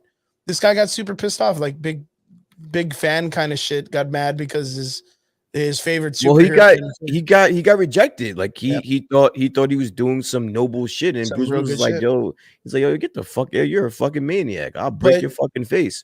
I think it's such an interesting way that they came across, and they were like, hey, you know what? Like, let's make a supervillain and let's make it to where he's hyper intelligent, but he is so fragile. He's fragile. Like, he's fragile. Like, you cannot physically Touch him. fight this dude because you'll fucking kill him. Yeah. So let's just make it to where, like, yeah, like, dude, like in any situation, in any superhero movie, the superhero would have just pushed him over and beat him up, and that was it, right? But it never fucking goes through like that. Bruce Willis never does anything in that aspect to him. Like, yeah, like he literally just respects him for what his case is because he understands and he pities the idea that he's like in that broken state. Yeah. I'm sorry. Dude, that's so fantastic to me. Like that, just creating a character like that is so amazing for a story. We're just talking about Vantage Point, and I'm always telling you like how I like story dynamics and the character creation and stuff like that. And the characters that M. Night Shyamalan created for these films are all fantastic. Yeah, they're all fantastic. Even the beast that lives inside of this dude, and then the little kid, and then all of them coming together. Like we've seen Psychos like Legion and all these other characters, even the Moon Knight character. Like we've seen them all in all these different films, but it's done so well. There's even like a Hulk variation character that lives inside of him that actually altercates his body in some way or creates gets him to literally change his characteristics as a human being into an actual animal. Yeah. Which kind of dynamically shows that in some way these people do acquire superpowers in this universe that they live in. Yeah. The only thing that kind of trips me out is how did the 3 kids that survive at the end become superheroes to defend themselves from these characters? No, there's nothing. They have nothing. One of them has a shotgun, and the dude literally takes a pumpy to the chest, like point blank, and then kind of like shakes it off and walks it off or whatever the fuck. That was probably my biggest thing is at the end you show these 3 kids and they got the upward shot and it makes them look like superheroes that they're gonna do some shit, but it's like not gonna happen, man. You're not unbreakable and allergic to water. I thought that was an interesting kryptonite. I think the way Samuel L. Jackson died was a little bit lackluster. It's lame for me. That I think Glass kind of lost me there. Glass seemed like a 4-hour movie to me. Like it just seemed very long. But Vince did brought up a great Yep. point. Bruce Willis is retiring from acting. He contracted, or he didn't contract, but he has a disease that prevents him from actually like talking and Speaking speaking and and even speaking. understanding languages, right? Yeah, yeah. So he had to retire, and salute to Bruce Yeah, the Willis. man of action, man. Like, he gave me my best Christmas movie of all time, and I don't give a fuck Yep, when Die anyone Hard. says it's a fucking Christmas movie. Mhm. But yeah, man, like, my thoughts and prayers to Bruce Willis, man. He's a legend. Yeah, Bruce Willis. I love the Die Hard movies. Literally everything. Die Bruce Hard Willis 1 or does. Die Hard 2? Shit, man. I even like Die Harder. Die Harder. The one Which with one? the one with that fucking kid from Jeepers Creepers. I'm What not was that? ex- That was part 3, wasn't it? Part 3, what Die Hard with a Vengeance is No, that's part 2. that's part 2, right? Die Hard Yeah, with a Vengeance. Die Hard Another Day or something like that. Yeah, I don't remember that one. Die Hard 1 or The Die reason Hard why I 2? like that Which one, one? Which one? Tell me right now. Die Hard Which 1 or one? Die Hard 2? Well, probably Die Hard 2 because of Jeremy Irons. Jeremy Irons killed that shit, bro. Yeah, he did really good. He killed that shit. But the other reason is I like the other one because that kid that's with him, the one from Jeepers Creepers, is with him. Okay. And remember, he fucking flies the car into the helicopter. And Dude, the best fucking line, bro. Did you just take out that helicopter with a car? And Bruce Willis turns around and goes, "I ran out of bullets." And I was like, dude, the one-liners in this movies are the. I watched the fucking first 2. I best. saw 1 and I saw 2. I was cutting it off after that. I wasn't interested. It's good. Die Hard Another Day is really, really good. And it's just like it's kind of like a passing of the torch because remember, there is a part 4. And part 4 was literally him with his kid, which is his son. And it was the guy that was Boomerang in the Suicide Squad movie. The original he was the guy in that film. But Okay. it wasn't very good. That one was not very good. If it wasn't that guy, it was the one from Clash of the Titans. But either one of them, those two guys look the same. It's similar. Yeah, they all look the same. The only other thing that I liked about the Bruce Willis films is the daughter, man, the fucking daughter, the daughter that's the chick from Sky High, dude. Scott Pilgrim, Ramona Flowers, that's Bruce Willis's daughter in the movie. Oh, okay, Yeah, okay. yeah. All right, So that was like, I was like that when I first saw her in the movie, I fell in love with her. I thought she was so pretty. So, when I think of Bruce Willis, I just think of my favorite movie of all time, Pulp Fiction. So, like, yeah, man. Hudson Hawk, that was another one. Hudson Hawk's a good one. Yeah, I mean, Bruce Willis has done some amazing stuff with his career, man. And I'm, like I said before, I'm so happy to be alive during this time to have witnessed his greatness. Absolutely. And we wish him the best in his life, of course. Like, it'd be great one day if we have the opportunity to meet him and interview him. That would be fucking cool as shit. But hopefully we get that, man. I always wanted that from Stanley, and I never got to meet Stanley. So yeah. But yes, pretty sad news. And we wish the best for him. Onwards to our next part of the conversation. We're getting into the dark and dirty stuff, guys. Let's go. So we haven't seen it, but we've seen every review you could think about. And we don't know much about spoilers, but we do know of the curse of Sony. And what we're talking about, of course, is the early Morbius reviews have come in, and people are not fucking happy with this film. Brian, what's your take on the Morbius film, and what have we heard so far? Before I give you my thoughts on it, I'm in a curious mode tonight or mood tonight. How much stock do you put in Rotten Tomatoes? Just personally. About as much stock as I put in IGN. So that's probably going to be like, I like IGN, so I put a lot of stock in IGN. If Rotten Tomatoes says like it's a horrible fucking movie, it's more than likely I'm probably going to watch it. Like because I want to see what these people consider horrible. Okay. Because I like. Are you sure? Are you sure about that? Because I like stupid. I'm gonna put you to the test to this. Why don't you? Okay. Yeah. Straight up. Good. I'm telling you, like, probably my 2 favorite movies in the world, easily off the top of my head. One of them is Starship Troopers, and the other one is Leonardo DiCaprio's Romeo and Juliet. Oh, good movie. Yeah, and I guarantee Rotten Tomatoes probably has them somewhere like in the 50s. Try Starship Troopers, man. All right, hold Yeah, because that's like my drinking movie. I love that movie. If I drink and I get to a part, like I'm quoting everything in that fucking film. Yeah. All right, Starship Troopers, Rotten Tomatoes, sir.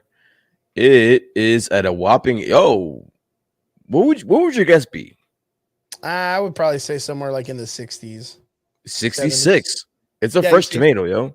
Yeah, I would say 60s. Because a lot of people don't like it, and of course, the if I'm not mistaken, a lot of people didn't like it because of like the fascist state and the imperialist nature of the writing of the story.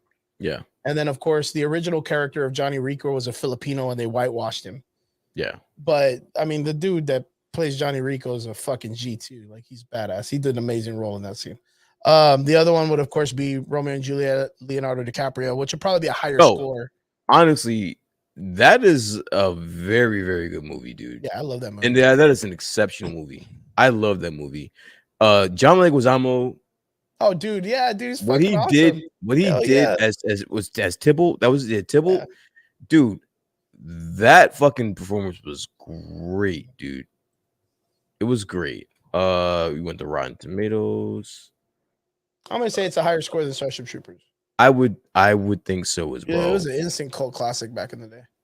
Yeah, it was at a 73%. Yeah, that's what I was guessing. I was gonna say 75. 73%. But yeah, like those are my two favorite movies, and they're mediocre at halfway on Rotten Tomatoes, which Romeo and Juliet by itself should at least be in the 90s. Because that was personally, that's a 90. That's like a 90, 95 plus for me. Yeah. I can't even tell you how many times I've seen that movie because it's good. And I hate Shakespeare, and that movie that was so good. Yeah, when the what is it, the king of Leonardo DiCaprio's father is like, pass me my long sword. Yeah, like, I love that. And he looks for the rifle and shit. I was like, fuck, dude, they changed all the swords into guns. How G is this, man? Yeah, it was a great movie, dude. That was a fucking fantastic movie. Mercutio. Yeah, I would kind of consider theirs to be like if they say something's really bad, I'm probably gonna try to check it out just in case. But that goes also with the idea of saying if I know that the movie's gonna be shit. Yeah. And I 100% told people from the very beginning, there's no fucking reason to have a Morbius film. Well, I'm just saying, basing off of that theory, you're going to be going to the movies to go see Morbius, right? Because everyone's bashing it, it's got a really bad Rotten Tomato, so you're going to go to the movies to see, right? I knew Morbius was going to suck. Okay. Like, I told people from the very beginning that the character of Morbius, I don't know why people got excited because no one really read the comics books about him. It wasn't all that great in the comics. There wasn't really okay. So the thing is characters that I get excited for have cool arcs. Like if I can remember a cool arc, then I'm going to be excited because I know what to expect out of the character, even if it's changed.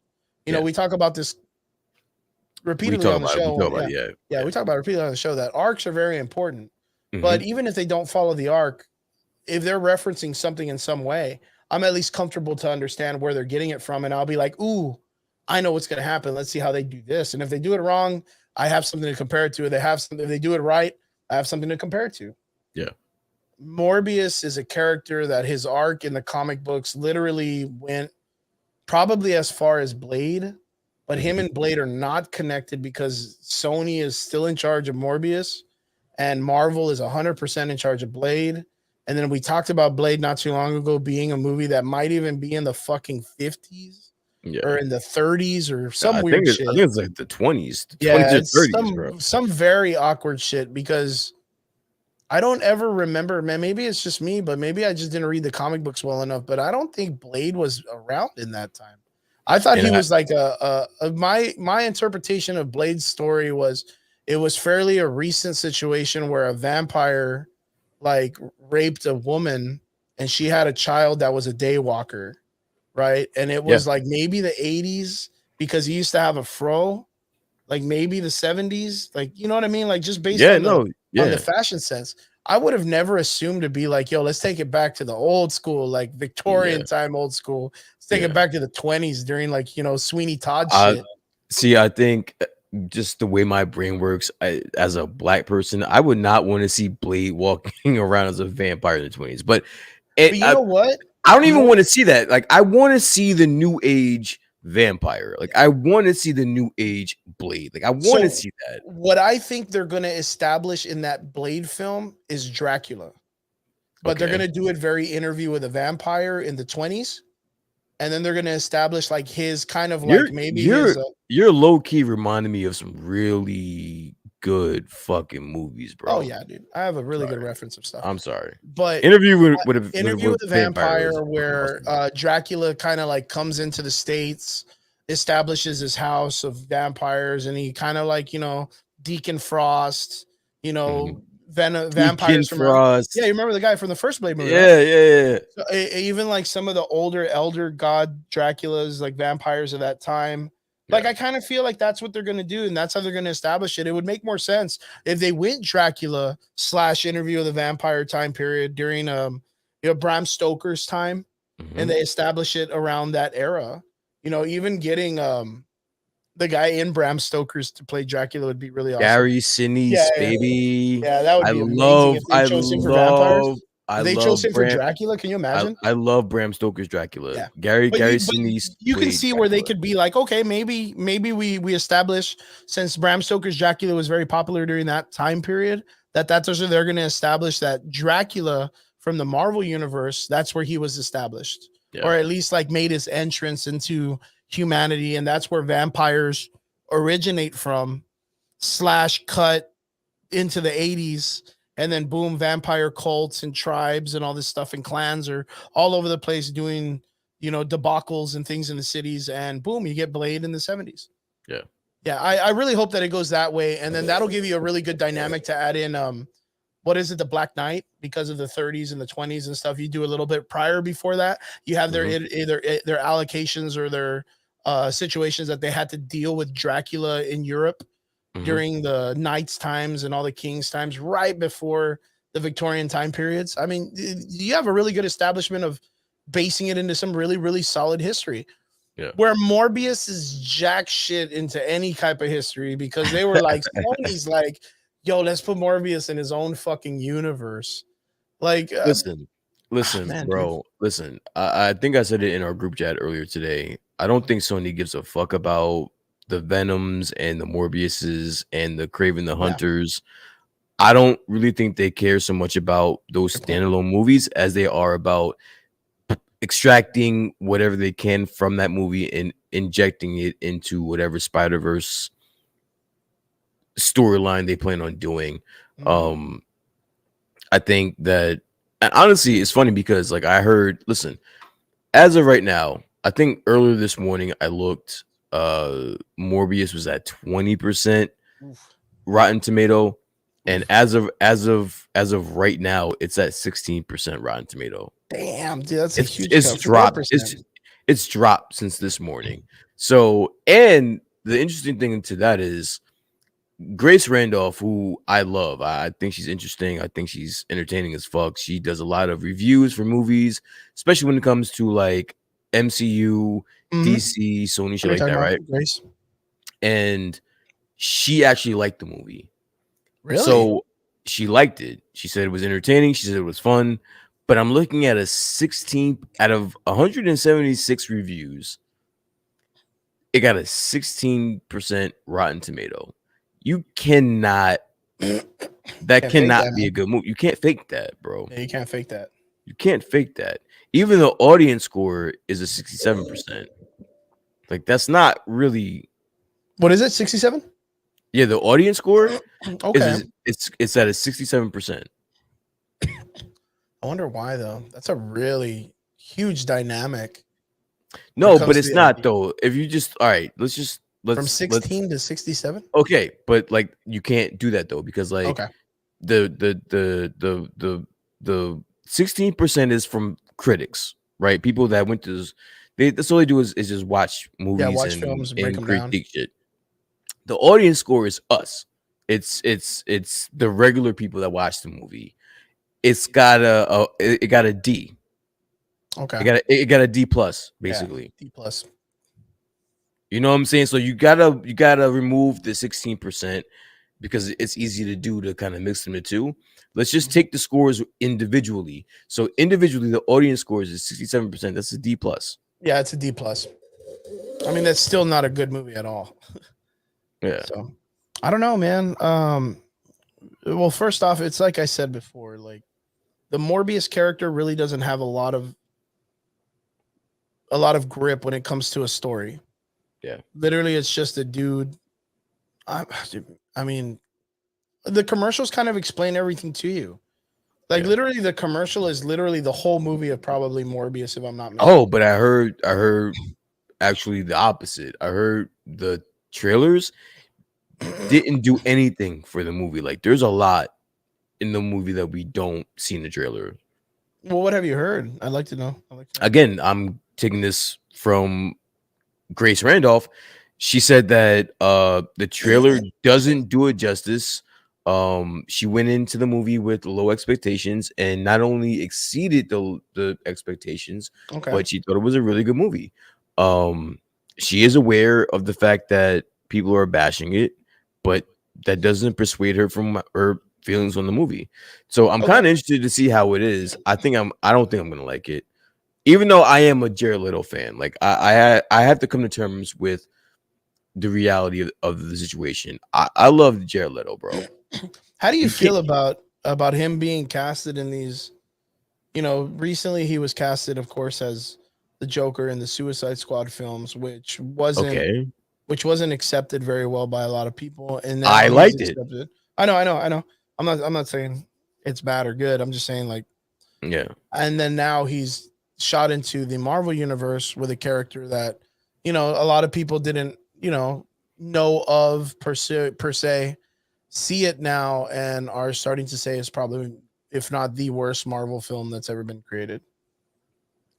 How do we feel, and how do you think Jared Leto? Honestly, I don't think I feel okay with it, only for the fact because I don't think Sony is sweating it. I don't think Sony is sitting there saying, "Oh, we can't go forward with this Morbius because it has a 16% Rotten Tomato." Yeah, I think they were gonna go forward either way, man. Yeah, I think they were gonna go for it regardless. So I can't really. I don't. It doesn't make a difference to me. Like I don't think this movie was supposed to be a blockbuster. I don't like it wasn't promoted as a blockbuster.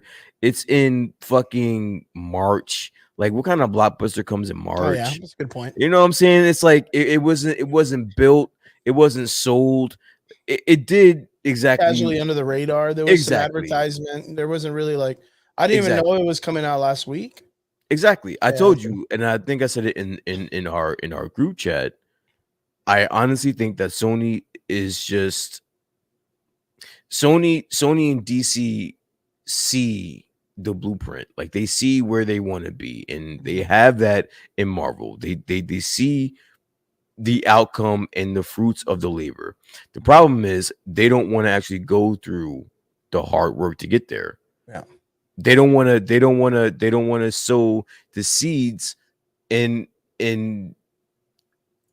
so they can reap the benefits later. They want it now. They want results now. They want to get this Spider-Verse out as soon as possible. Yeah, I can see that. I can see that 100%. They want that out as soon as possible. So you know what we got to do? We got to get some villains. We got to get some allies. We got to get all this shit going around. And how we going to do it? We're going to give all these motherfuckers standalones. Kraven the Hunter. Oh, Kraven the Hunter is one of the most obscure fucking characters in all of fucking Marvel. But you know what? You're getting a standalone. Who asked for that? Nobody, man.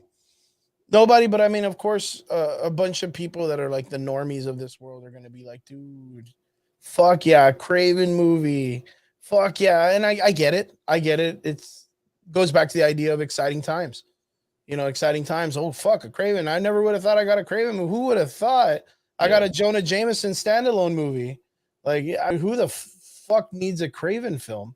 Yeah. We don't need it, but I do feel like, I mean, I could pretty much say that Sony, for what it's worth, needs to start creating a universe if they're going to kind of branch off away from the Marvel universe. and that's ballsy. Like Oh, now that that's I'm thinking about huge, it, man. the Craven the Hunter being a standalone, that's ballsy because he wasn't even that dude in comics, bro. Yeah, no, it's not He at all. wasn't even that dude in the comics. Like he But was always just like I the mean, with the Morbius character and the Craven Hunter, like Craven the Hunter, like Craven the Hunter did get a lot more airtime. okay. He does have, an arc I here know, I and know, there. I know he has a major arc. Yeah, I knew that he has one. yeah, yeah, pretty He solid. has one major arc Out that of I like the know 80 of. years of Marvel, Yeah, they can only exactly. do a fucking 7-episode blast with him, dude. Exactly. Yeah. Exactly. Like I'm not beat. But that's the kind of stuff I'm talking about. Like of course, that's why when we talk about like the Hulk, there's several arcs. Same thing with like Batman. Same thing with Superman. Like those characters are like the plateaus of superhero comics, right? So like Yeah. those guys have arcs that you will not know of. You don't even need to read comics and you know about these arcs. Yeah. That's why I think that for people who create films that use the arcs as kind of like an advertisement to get people to watch it, and they take little bits and chunks from it, but they don't literally use that. Yeah. Kind of feel that's like really low hanging fruit when it comes to the film industry world. Yeah. And it's the problem because of the fact that I've talked to you about this before, that it really steals from the masterpiece. And I think that right now, like the Batman movie suffered a lot from that. But It see, suffered a lot from that. even I think that we're at a space where even going for the low hanging fruit can get you in trouble. Oh, definitely. Oh, Because definitely. you could fuck that up too. Yep. And then what? Yeah. What do you do from there? Exactly. So it's like, even if you go for the cash grabs, so Venom to me was a cash grab. Oh, definitely. They totally fucked They didn't that even up. think it through. Carnage was a cash grab. They totally fucked that up.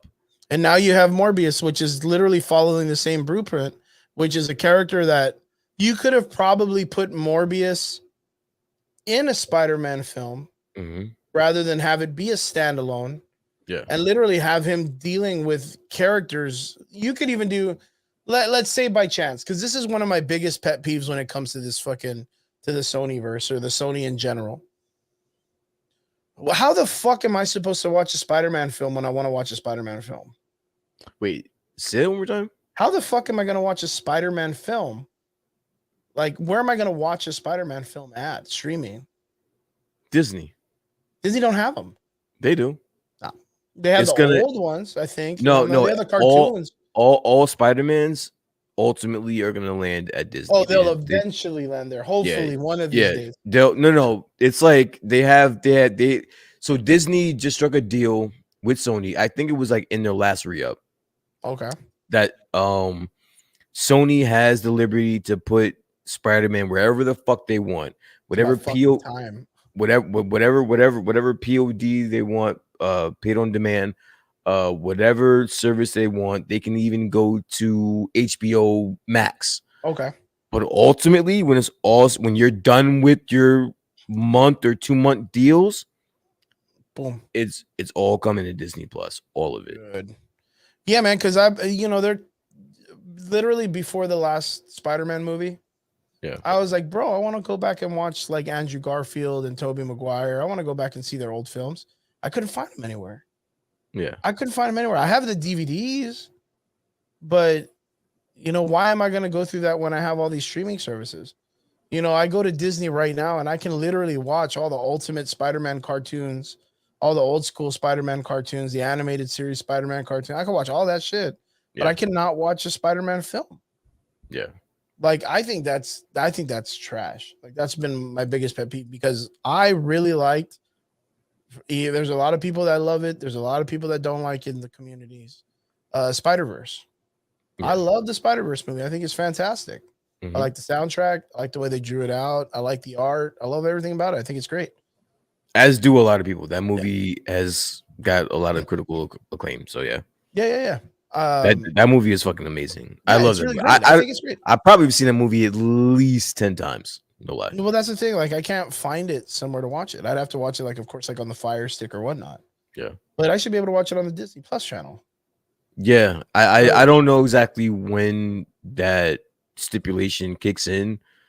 but I know that at some point you will be able to watch all those movies you're talking about. You'll be able to watch them on Disney. What I think is the biggest problem right now is Sony is suffering from the idea of not being able to stream or have a streaming service that they can put a Morbius streaming film or at least episodics of the Morbius character or a Kraven the Hunter, because these characters, they do not need a full-length feature film. What they need is they just need a couple of episodes like the WandaVision or Loki episode, and boom, just give us that. And you're good. Like, and we're good. I mean, we're good. There's not a lot to the characters. Literally, Kraven the Hunter is literally about a dude who likes to go hunt exotic animals. Yeah. Then he fucking hears about Spider-Man and says, oh shit, this guy's based on a spider. I want to hunt him. What's up, Lemon? How you doing, man? Yo. You know, and that's how Kraven the Hunter is established. He's a dude that hunts wild animals, and he feels that since Spider-Man, he's a spider, but he can be very elusive and all this stuff. He finds it amazing to go hunt this character or whatever. Yeah, that's his stick. That's it. Like, that's it. That's it. And guess what? And now he's gonna get a fucking hour and a half movie. He's getting his hour and 44-minute movie probably. Of them trying to sell me the idea that this dude you can't even get Venom right. You can't even get Venom right, bro. You can't get Venom or Venom and Carnage should have been a layup. It's the easiest layups of all layups. Yeah, it should have been an easy kill for him, man. And don't get me wrong, Tom Hardy is an amazing actor. You know, he played as Eddie Brock very well. Yeah. But the fucking movie, the story. Look, I don't fall asleep at films much. Yeah. And I can tell you exactly where I fell asleep during the Venom movie. Which one? Where? Which I fell asleep right at the fucking motorcycle scene. Wait, the original? The original Venom? First movie. Okay. I fell asleep during that movie, and I had no idea that I was like. The first one was fell asleep during movies. The first one was absolutely horrible. I actually liked the second one more than like the first one. Yeah, it was casually a little bit better. The scenes were the second one was bad too. Yeah. But it was a lot better than the first. The first one was horrible. I mean, and that's all I feel. I feel like Sony is suffering from this curse that it's like you said, they're literally cash grabbing all of these characters because they're going to try to throw out a Spider Sinister 6 or Madam Web. Marvel literally just almost pulled off the Sinister 6. Almost casually with the weirdest nostalgic baiting movie I've ever seen in my entire life. Not even trying, and still made it one of the most. Still made it worse. It still made it one of the most grossing movies of all time. Oh, dude, yeah, but that's because that's actually Sony. That's actually Sony. That's not Marvel. That's Sony though. Sony, even though we hate Sony, we can't take that away from them. That's funny. Lemon's like, bro, I wonder if Kraven listens to Mariah Carey while on hunts, because I do. Yeah, no shit. They're gonna do some weird. They have to do something with this character that makes at least make him somewhat like comical, right? Because if they make him uber serious, like some type of Terminator, like this guy's just all about the hunt, like it's gonna be boring as fuck for an hour to watch this guy. Like they got to make him at least some comedy. But I digress. Right now, we're talking about the early reviews for Morbius. A lot of people are talking about the post-credit scene to the film. Yeah. I haven't really heard much, but we can kind of delve into this because you and I were both talking in the dark here. We do know Michael Keaton makes an appearance in the film. Yeah. So we do know that eventually, because of the trailer that they showed him, he'll make an appearance. From what we heard, is he doesn't come out in the entire fucking film. No, at all. So what Sony or whatever company, what was the company, Castle something? Newcastle or I don't even know the fuck. Who gives Castle Rock, whatever. Yeah, whoever gives a shit about it. They fucked it up anyways. If he's not in the film, but he's in the trailer, we know he comes out in the film. So 100% they told us that Michael Keaton was coming out of the post-credit scene. I mean, we can casually put that together because my detective skills from the Batman have been getting way better. Okay. So we know that Michael Keaton probably comes out in the post-credit scene. Yeah. You know, Robert, if I'm not mistaken, has already seen the film, so he'll come in and give me a thumbs up or a 10 out of 10 if I guess that right. No. The other thing is they're not in the same universe. No. How is Morbius or Michael Keaton making that idea or that situation a thing? I don't want to spoil it for anyone that's listening or whatever, but I do know that I was confused. Like when I first heard that Keaton wasn't gonna be in the movie, I was confused because you kind of have to tie a Spider-Man. I don't care which Spider-Man, but a Spider-Man to this movie because Yeah. ultimately what you're going to do is have It'd him be a waste if they didn't. It'd be like, why the fuck did you make this movie then? exactly. If he's not in the So universe. at some point you had to have a reference towards either Vulture or Spidey or whatever, something like that. So when I heard that Michael Keaton, who had a very extensive role in this movie that was just taken out, I do have my own thoughts about why. But it got me to thinking, like, so then all right, so they're gonna save it for the post credit scene, and obviously they Yeah. do. And again, there's reason why they do. But ultimately, why Keaton was taken out of the movie originally was because this movie was made and written way before Spider-Man No Way Home. Oh, that's right. It was made like a year ago or something like that. Yeah. Yeah, it So was supposed to come out fucking long time ago. yeah, so I think they don't want to kind of back themselves into a corner Like they with always do. like they always do with the narrative of what's going on. So I think that's the reason. Ultimately, I think that's the reason why he was taken out. But I'm glad he was in the post credit scene. I know I heard what happened, and it's worth it. It's honestly, I would never sit in a movie theater for Morbius just to watch the post credit scene. I'm gonna fire stick that shit just like just like you, bro. Like I'm fire sticking this shit, dude. Yeah.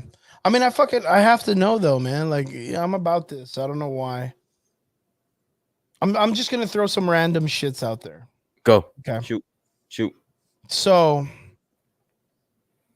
low key, they're using that as the backbone for them splitting the multiverse, which makes zero sense because it doesn't literally do that in the multiverse. All right, I'm gonna stop you right there because I think we're gonna see Loki very soon, and I think that last episode of Loki is going to be major in the MCU going forward. Well, where do you think we'll end up seeing Loki coming up next? I mean, that's really off subject, but I again, I think we're gonna see him soon. I don't know if we see him in Doctor Strange. I think so. But I would not be surprised. Again, Kevin Feige is an asshole. Yeah, he is a straight up asshole. Shit, man. He's a dickhead because he literally looked into a camera and said, "You do not have to watch these shows on Disney Plus to be aware," and that was a total lie. I really think that last episode of Loki, where Jonathan Majors showed up as fucking Kang, that whole dialogue, and even the episode before, that's going to play a major part in the MCU going forward. Like a lot of things are going to come from I mean, the Loki show is probably one of the most important shows. Well, literally Loki and Wanda. WandaVision is probably. I mean, both those shows are going to play a huge dynamic in whatever happens in this phase coming into the next phase. You're right. Yep. I mean, Kevin Feige said it a long time ago that these coming phases coming up are going to expand the magical realm and the cosmic realm. That's really what it is, because they've already established the earthbound heroes. So that's why it's like, hey, we're not going to really have Avengers anymore. Guardians of the Galaxy's prominent. Thor's prominent. Fucking Eternals for no fucking goddamn reason are prominent. Fucking Star-Lord or not Star-Lord, Star Fox, fucking, Eros, damn Thanos' brother, and Pip the Troll, who is an original member of the Guardians of the Galaxy, finally making an entrance to the goddamn MCU for once, comes in with fucking Eros, which is an amazing opportunity for Marvel Universe for them to establish really a huge cosmic universe. And then boom, a couple of weeks ago, we get a Marvel Space Odyssey / film in the making. and then all of a sudden, a week later, boom, we're getting Nova. Yeah. So the Nova coming into the cosmic landscape again. If they create Nova, more than likely, I could say in the next 5 years, we're going to be getting an Annihilus Wave storyline, which is literally guaranteeing a Reed Richards storyline coming in soon. Yeah. And we already know that Fantastic Four is going to be coming up. Yeah, that was actually a topic I debated whether or not we wanted to talk about this week. But yeah, Nova is coming. Yeah, that's in production. So yeah, that's pretty cool. And there's a really, really big story of James Gunn is talking about ending the Guardians of the Galaxy and not coming back for it. The next biggest story for Guardians is when Thanos returns, which is usually the Euro story, right? The Star Fox story is that Thanos leaves his will and testament, and Euros is the guy that has to be the mouthpiece to tell people in the universe who Thanos is leaving his fucking treasures to in the world. Like all the villains get together in the cosmic landscape, but then it turns into a big race to resurrect Thanos. Yeah. So when Thanos comes back, him, Star Fox, that's a damaged Star Fox, or not Star Fox, Star Lord, and a Nova get trapped in the negative dimension, which is a place where you can't die. It's like the Cancerverse. And him, Thanos, and Nova just fight each other to infinity. Like that's literally what happens in one of these crazy fucking storylines. So for them to bring in Nova, you at least know they're going to be doing something with the negative zone. You know, Reed Richards, Annihilus, who's probably one of the biggest, cosmic villains, and that comes out of the Cancerverse. It's a really, really interesting character. But Marvel's got this fucking plan set out that the magic part of the universe is going to be expelled in the next couple of things. And Loki is the tying knot between both of those. Not only is he magic, but he's cosmic. Like he's the dude.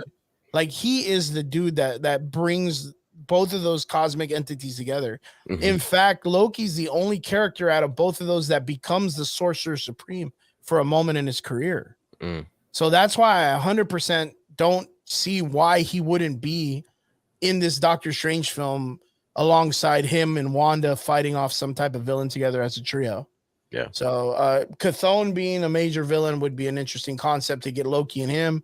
Loki showing up and being like, oh, hey, sorcerer dude that dropped me for 30 minutes. I kind of fucked up.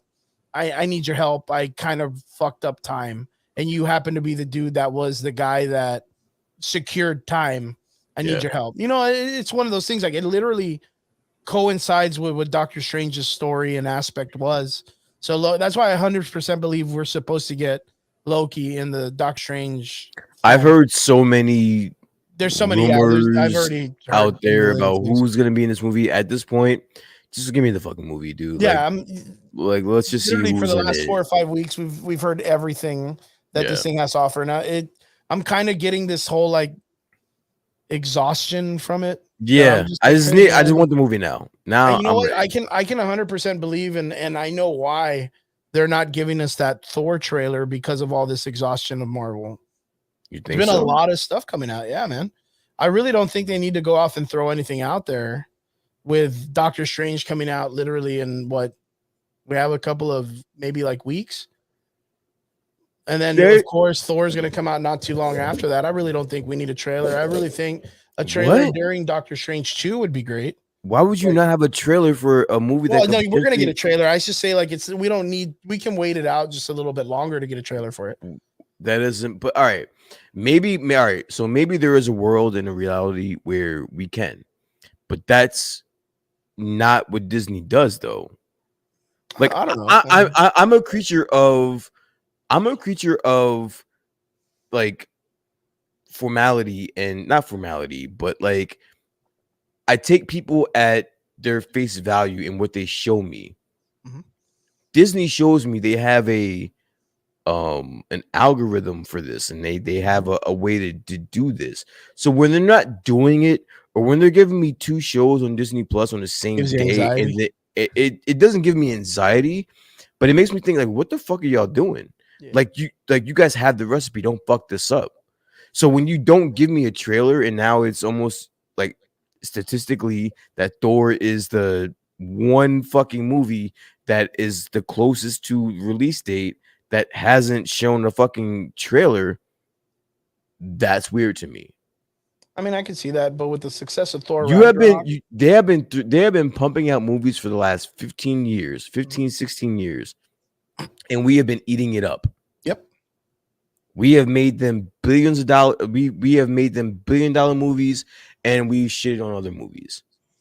So when they go against the grain and they're doing things that they don't normally do, I'm like, why? You had the blueprint, it fucking works. Because you thirst them, man.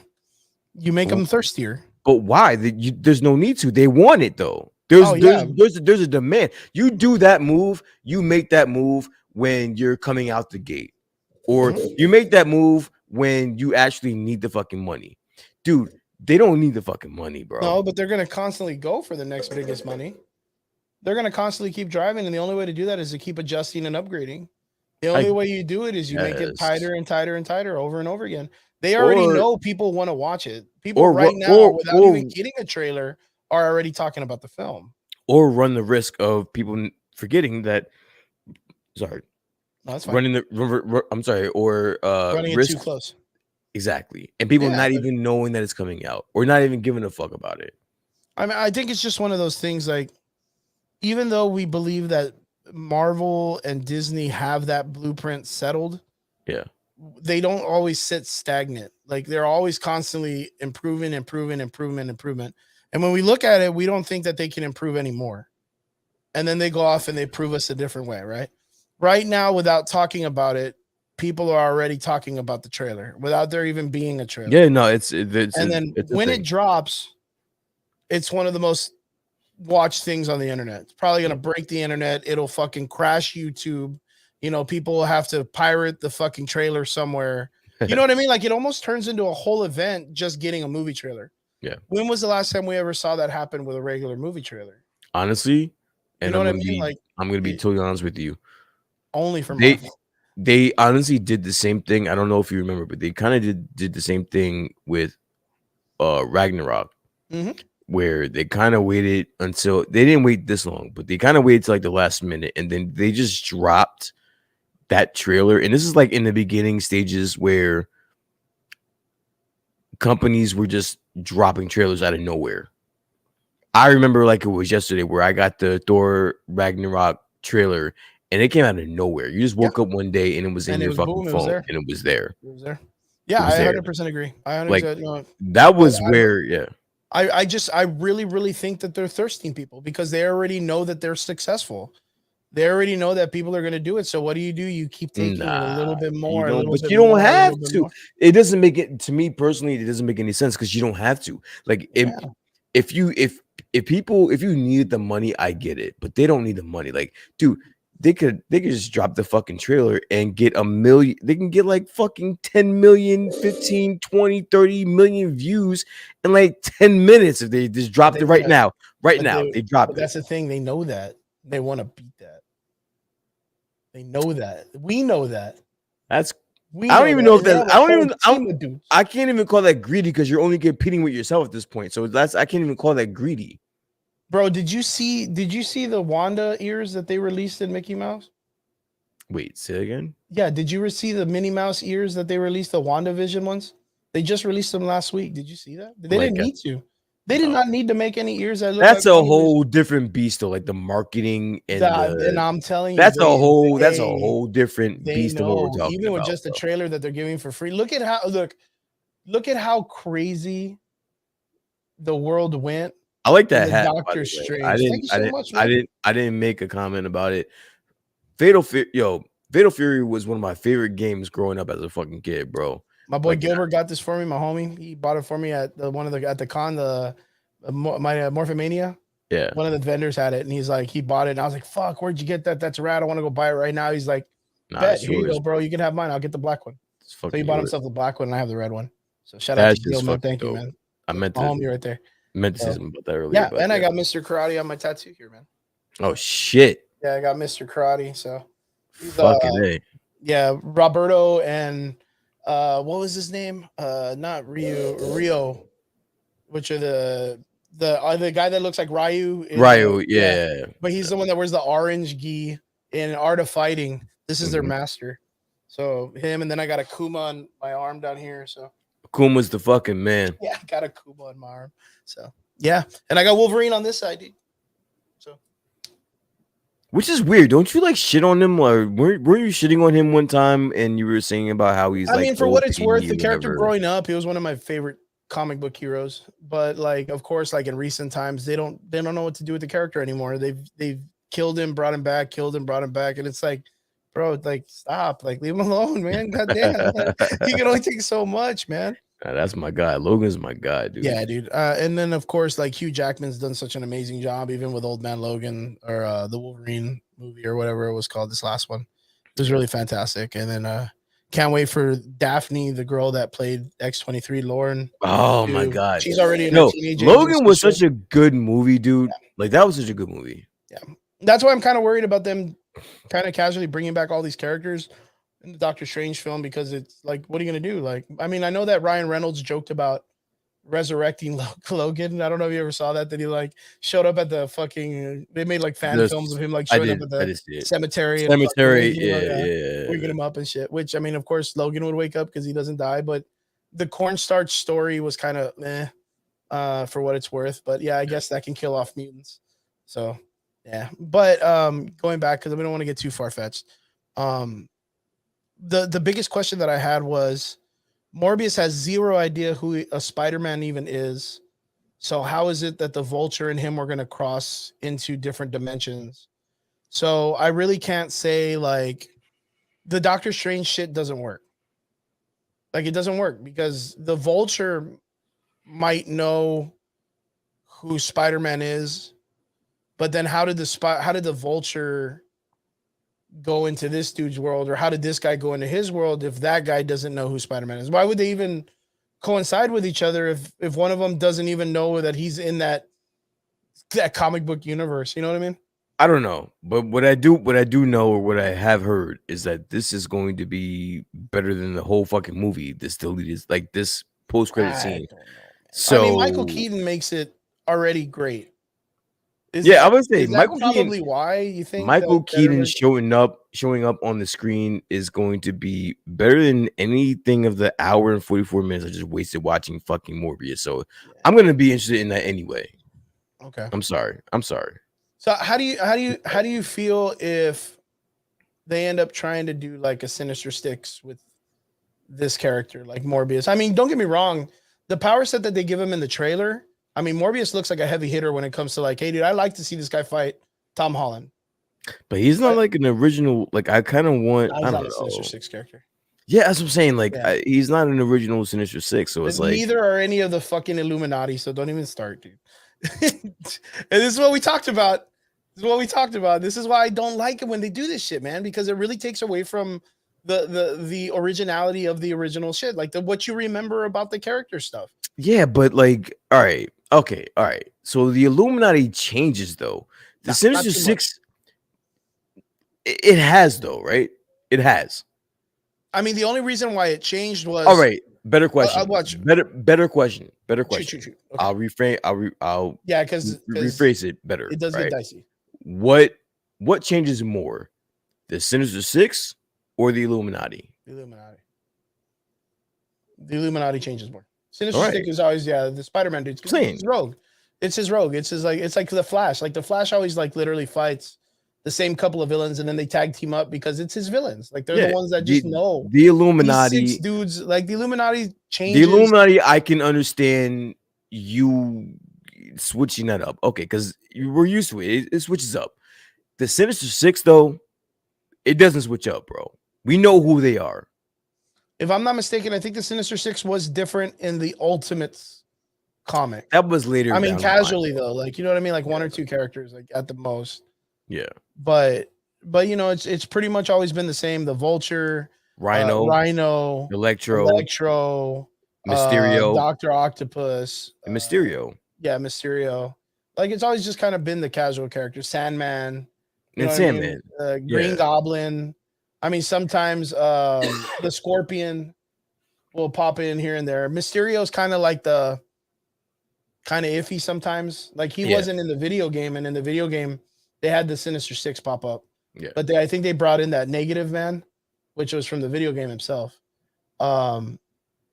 Yeah, but I do get it. But like, I don't know. But you know what? I do understand why you would want to bring in a character like Morbius to fight someone like Spider-Man, because you've already seen all these other characters do it. But now you're going to bring in someone with actual like a power set that's going to fight Spider-Man off. You So know what I mean? I will say that that is one of the positive things I did hear about the movie is that if you were to take Morbius after this movie and put him in front of Spider-Man, you totally think that he could take Spider-Man. Oh yeah, he could take him. Like yeah, he becomes a threat. I mean, in the comic books, when Spider-Man had to deal with him, Blade had to show up to help him out because Blade was hunting down Morbius because he's a vampire. But I think he sucks blood out of his hands. Like he would grab people and suck out their plasma through like suction cups or some shit. He wouldn't bite people. Like if I'm not mistaken, that wasn't the way Morbius was in the comics. They didn't have him bite people because I think it's like Stanley or one of the creators was like, well, that's very horror-esque in the Dracula thing. So let's make it a little bit more chill because kids are going to read this.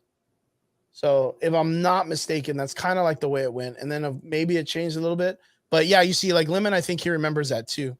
But yeah, that's the way Morbius was. So I don't know if it's like that in the movie. I mean, I've seen it. Of course, he's like drinking blood like crazy. Like he's fucking chomping down on dudes and stuff. So yeah, for what it's worth, I would like to see Morbius fight Tom Holland's Spider-Man because of him flying. I think we'll get it. Strength and the fucking teleporting, like that shit's that's where all of this is leading to. Like the Venom movies, the Morbius movies, the Craven the Hunter movies. It's all leading towards a fight with Andrew Garfield or whoever the fuck. Yeah, but straight up by himself, that power set's pretty epic. Why does he need 6 other fucking dudes or 5 other dudes? That's pretty rough for that fucking Spider-Man. Yeah, I don't see it why they would need a person of that. That's why they didn't have it. I don't know where that narrative came from that we're getting I think this Spider-Man that just happened was probably the closest we're gonna get to a Sinister Six anytime soon. I totally agree. Like that movie was the Sinister Six. Yeah, like that was it. So that's the thing is a lot of people are saying, "Oh, dude, we're gonna get a Sinister Six." The Vulture and Morbius are teaming up, and in my mind, I'm like, no, like that's not even real. Like, what are you talking about? Like, that's not even part of the team. Like, again, this goes off of the idea of like what I told you about the Illuminati. Like, when people are like, oh yeah, dude, like Baldur the Brave and Mysterio, and I was kind of like, what the fuck are y'all talking about? Like, I would assume it would be like that's why I left field was like. Maybe the Cabal, maybe the life raft that saves people from the multiverse, and they have like refugees on a multi-dimensional ship that's trying to survive, and Wanda's gonna just fuck start all of them. Yeah, like I imagine that more than someone saying, "Oh, dude, that's the Illuminati." Yeah, that's totally them because there's chairs and 6 dudes sitting in the chairs, and I'm kind of like, well, that's cheap writing, I guess. Like, because then eventually we won't. Then Doctor Strange, like we said, like then Doctor Strange will walk into his universe and call up, I don't know, Tony Stark and be like, hey, I got an idea. Let's make the Illuminati. Yeah. And then everybody, of course, remembers that on one of the Easter eggs on Tony Stark's phones, it said Illuminati on one of the apps. I remember that. So, like, there's it's been there. Like those conversations, like a lot of people don't remember that in the first iteration of the Avengers, when Tony Stark when Nick Fury approaches what's his face, Steve Rogers in that boxing gym. He passes him a file, and in the Easter eggs in the file, it says that they got all their information about the cube, the cosmic cube from Mephisto. So Nick Fury was literally talking to Mephisto about the cosmic cube. How wild is that shit? He was talking to Satan about the cosmic cube. I missed that. I'm sorry. Yeah, it's such a wild fucking reference. Since when? I mean, dude, since the first Avengers movie. I mean, but where does it say that Nick Fury talked? It's on the files. It's on the file of the cosmic cube. What deleted scene did you? I'm calling bullshit. I'm gonna have to show. I'm gonna 100% show you when we're done. Yeah, please do Show me, because what? So they were originally going to make it to where Mephisto, because that's the thing a lot of people don't remember, is that Mephisto played a major part in the Infinity Story. No, Mephisto was definitely going to be a major part in this phase, but they decided to not for some reason. Oh yeah, I don't know. But what I'm talking about is in the original comic book of the Infinity Saga, he was actually a huge player. Same thing with Nebula, was a huge player in the Infinity Story with Thanos. Thanos literally calls up or brings out Mephisto with the gauntlet. He's like, "Hey, I need you here because out of all the other fucking assholes in the universe, you're the only one that can fuck this up for me because you're a dude that literally makes people like second guess shit and fuck with people's mind and." You're the dude that you're Satan. I need to bring you up here because you're going to kind of fuck this up for me and I need to keep an eye on you. And then boom, Satan is literally standing right next to Thanos and he's there and he's like, "Oh, let me rub your shoulder." He's trying to kiss his ass because he knows that, you get wiped out by the Infinity Gauntlet. But that's why they were literally going to use Mephisto in the first phase during the Infinity Saga. That was just a cool little, and I'll show it to you later because it's a really cool Easter egg. You'll be like, "God damn, like in the first phase." We weren't ready for that. No. But I mean, I'm telling you, like those were the kind of like the little Easter eggs that like all the hardcore readers were looking for. You know what I mean? And we got them. Honestly, I think everything Marvel did up until Endgame, with the exception of maybe like 3 or 4 movies, was spectacular. Oh, dude, definitely. The whole arc. You know what? Everything. And this is what I was thinking about the other day, which this totally fucking caught my eye. Did you know that a lot of the first films were almost like as close to, if not close to, the source material? Comic book accurate. Yeah, absolutely. Super fucking absolutely. And I, you know what? And I actually had this conversation not too long ago. I think that's where the fork in the road comes with a lot of people, is because like, okay, so we just spent the last 12 years, 13 years with you, and you were kind of comic book accurate. Like you took your liberties here and there, but in the beginning you were comic book accurate. That's the reason why we're all on board. But now it's like, it's the Wild West. It's all over the place. Yeah. So I kind of understand that. Somebody had to break that down to me, and I get it now. I get it. And you see, this is one of the things that always gets to me, because I remember in the beginning they were very like, "Hey, we really need to keep it pretty tight because a lot of people aren't going to like us if we fall off the rails." Yeah. And then by the time phase 4 came along, phase 3, we're all fucked. Yeah, we are on phase 4. We're in phase 4 right now, though. By the time phase 3 came along, they were kind of like, I mean, we get away with this. Yeah. People already like our shit. They're like, yeah, all right, we're good. Like they kind of like they got loose with it. And that's why I always said, like, we're getting to a point now where there is a lot better opportunity for them to do some interesting shit. Yeah. Will they save Miss Marvel? I don't know, man. That's been my biggest concern. Watch your mouth. That's been my biggest concern. I'm not gonna lie. She's repping Jersey City. That's right. That's where she's from, right? In the comics? Of course. Yeah, so we'll see how it goes, because I am not at all impressed by her comic book character.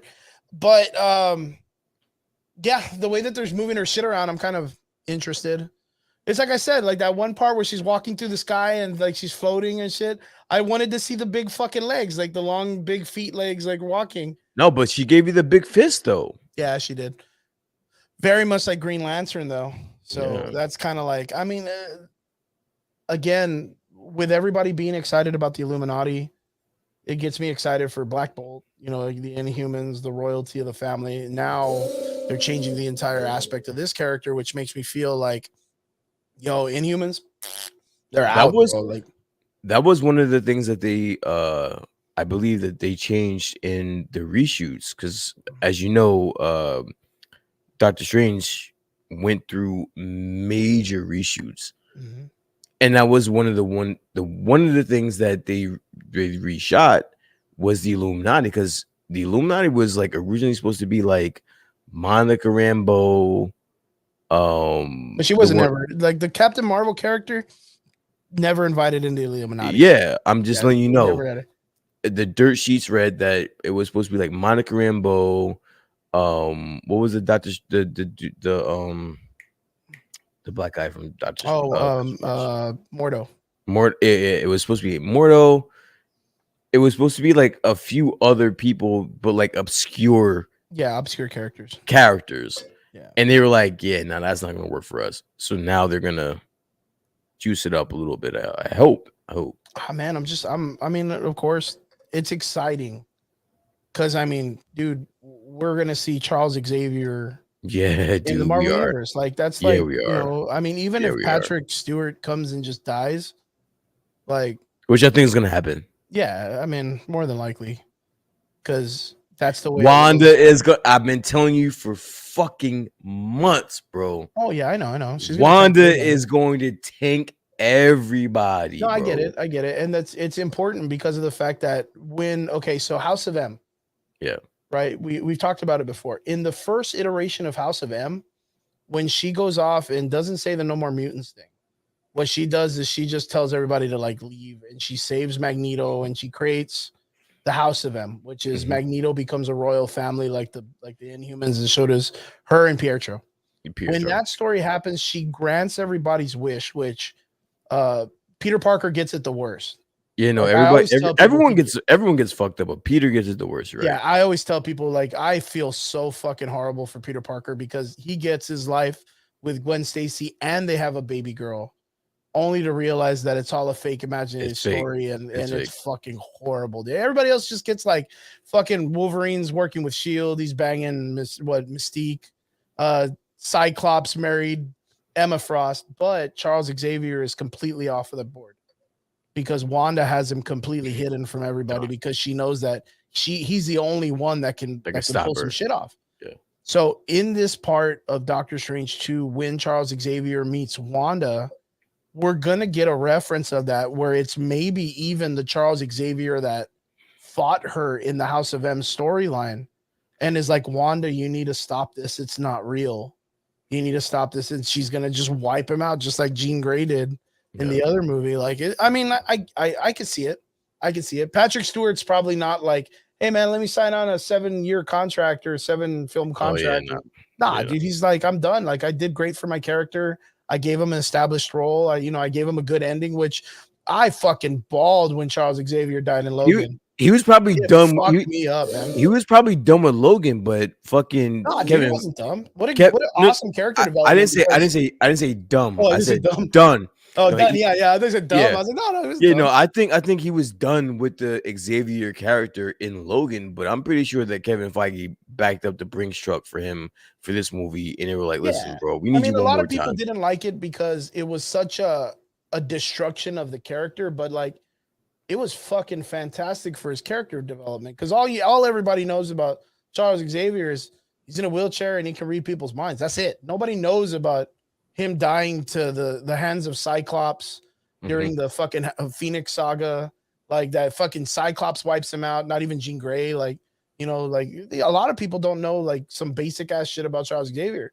To see him go to like this part of his life where like he has no control of his powers, he fucking killed the entire X-Men. Like, dude, like that is a fantastic retelling of the ending of Charles Xavier's life. And not only that, but like the mental stability of him afterwards. Like the like that was fucking amazing. He was fucked up. He was fucked up after that. Yeah, so that was a good movie. Yeah, straight up. So for them to bring him back, like I'm about it, but I don't think he's gonna sign off for a very long time. But probably not. There was one thing that I wanted to ask you. What's up? About this Morbius shit, right? Yeah. Because we know at the ending, Michael Keaton and all this shit's going down. Huh? Yeah. No, you said Michael Keaton. Yes, that's my boy. Yeah. I love Michael Keaton. Yeah, I love him too. He's a cool guy. Great guy. Fucking take him to dinner. Is this the only way that it works now? Where like it has to be like weird team ups or like all these different characters on screen for movies to be successful? These kind of movies? I think do we not get a single movie again. Like we just had the Batman. Yeah. The Batman had the Penguin, Catwoman, the Riddler, fucking Alfred, Joker. Everyone came out. Everyone was there. Yeah. And the movie coincidentally just didn't get it right. If you're asking me, can studios do it? Yes. Can they do it successfully? Yes. Oh man. But do they think that's where the money is? And the answer is no. Because, like, if you think about it, Thor Ragnarok, perfect example, right? Could they have made a Thor movie where it's just a Thor standalone movie and made it great? Probably. But why when you can just add the Hulk, Valkyrie, Loki, and everybody else and make it the best movie you could possibly make it? Yeah. I mean that literally made cinematic history. Yeah. Right? You look at Infinity Saga, 60s, Spider-Man No Way Home. Perfect example. They probably could have made a great movie just with Tom Holland and their version of the Sinister Six. But let's add 2 more Spider-Man, and you know what, bro? $1 billion movie. Yeah, and then now we're gonna get the Marvel. Not Marvel, but we just fucking Doctor Strange 2. Yeah, and it's gonna have all this shit in it too. That's gonna be a mini Avengers movie, bro. Oh, dude, it's gonna be a major movie. Fucking major. I think it's gonna be fucking off the chain, dude. There's a part of me that, I mean, don't get me wrong. I don't know if the story's gonna be good, but like all the shit that's going on is gonna blow my fucking mind. Yeah. Like the story can be shit, but if the action is where I think it's gonna be, it'll be worth it. Yeah. All right, so let me ask you something. Are we gonna watch Morbius this coming week and do a review on it or what? Yes, that will be my promise to you and the chat. Okay. I will watch Morbius at some point this weekend and be able to review it next week. I will do the same, and we'll do a proper review this coming week. I want to give everybody the opportunity to get out there and probably go check it out. Hopefully, you guys get the opportunity to go see it. If you guys don't want to go see it, it's totally understandable. We've heard the many different causes of reviews and whatnot. Man, fuck that. Watch the movie. We're fucking comic book fans, man. Fire stick that shit like us. I know. You didn't ask for a fucking Morbius movie, but we got here. one. We got it. Yeah, but we got one. Tell your fucking 12, 14, 8-year-old self that watches the Spider-Man cartoons that the motherfucking vampire that Spider-Man's fighting in the cartoon got a movie in fucking 2022. Watch that shit. That's what I'm gonna do. We'll make sure we watch it. We're gonna proper review this weekend. We'll make sure we break it down, give you guys our opinion based on our nerd shit. But yeah, kind of excited, kind of not. Kind of excited because Rotten Tomatoes gave it such a low score. Kind of not excited because it's Morbius and I could give a rat's ass. How could it possibly be good? But you know what? As a matter of fact, it's like you said, Jared Leto, I give it up to him. He's a really good actor. I'm a big fan of his from Fight Club and Alexander. So I do want to check it out just based on his acting career. And of course, some of the stuff in the commercial is kind of funny. So I'm down.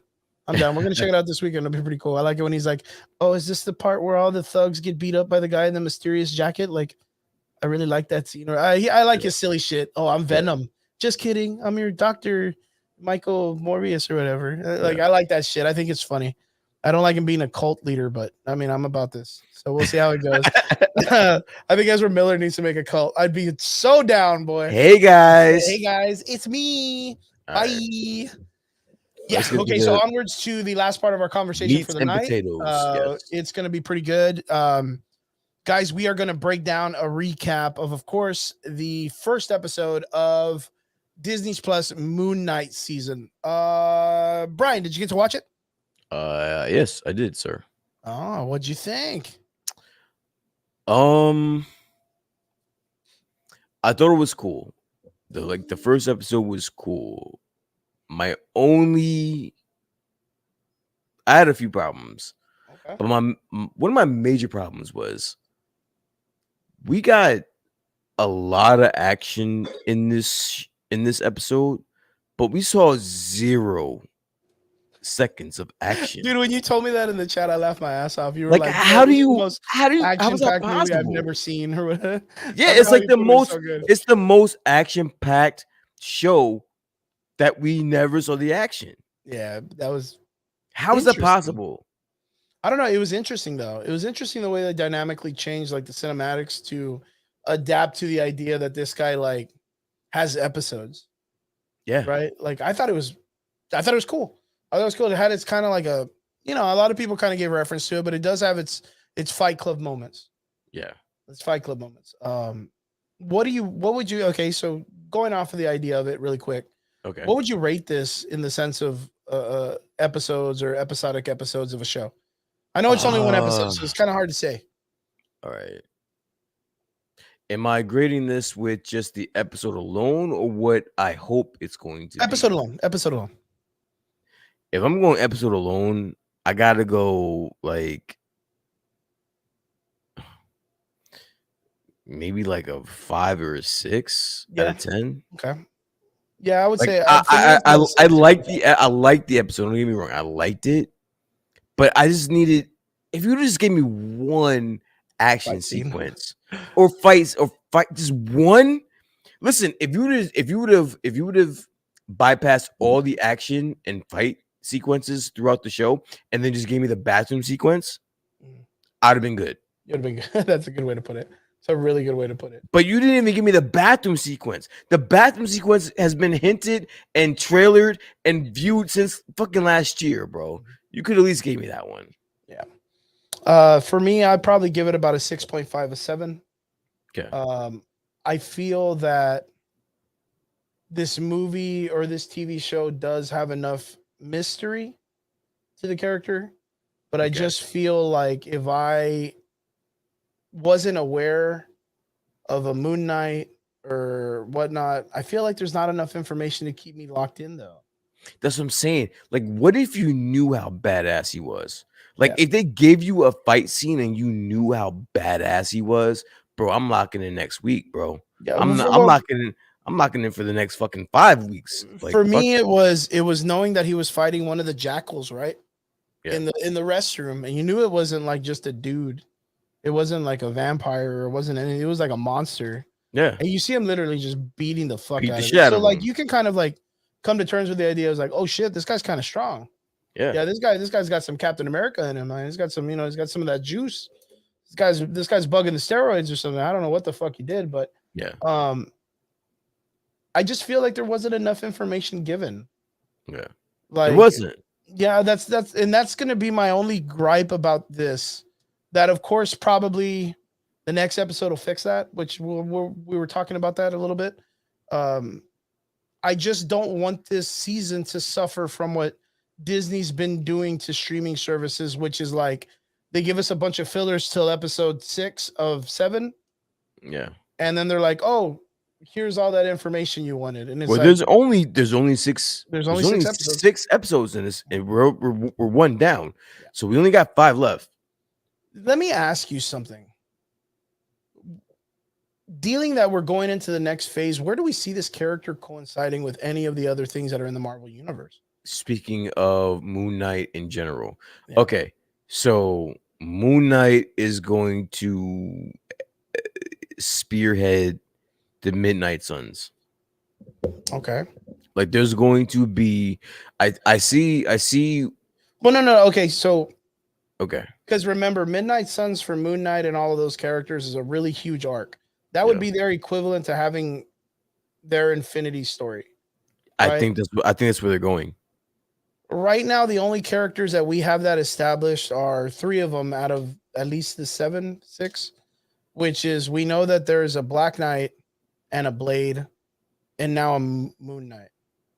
But we've also heard that, we got 0 for other. But characters. We also heard that they are going to start planning on whatever the fuck they're gonna do with Ghost Rider.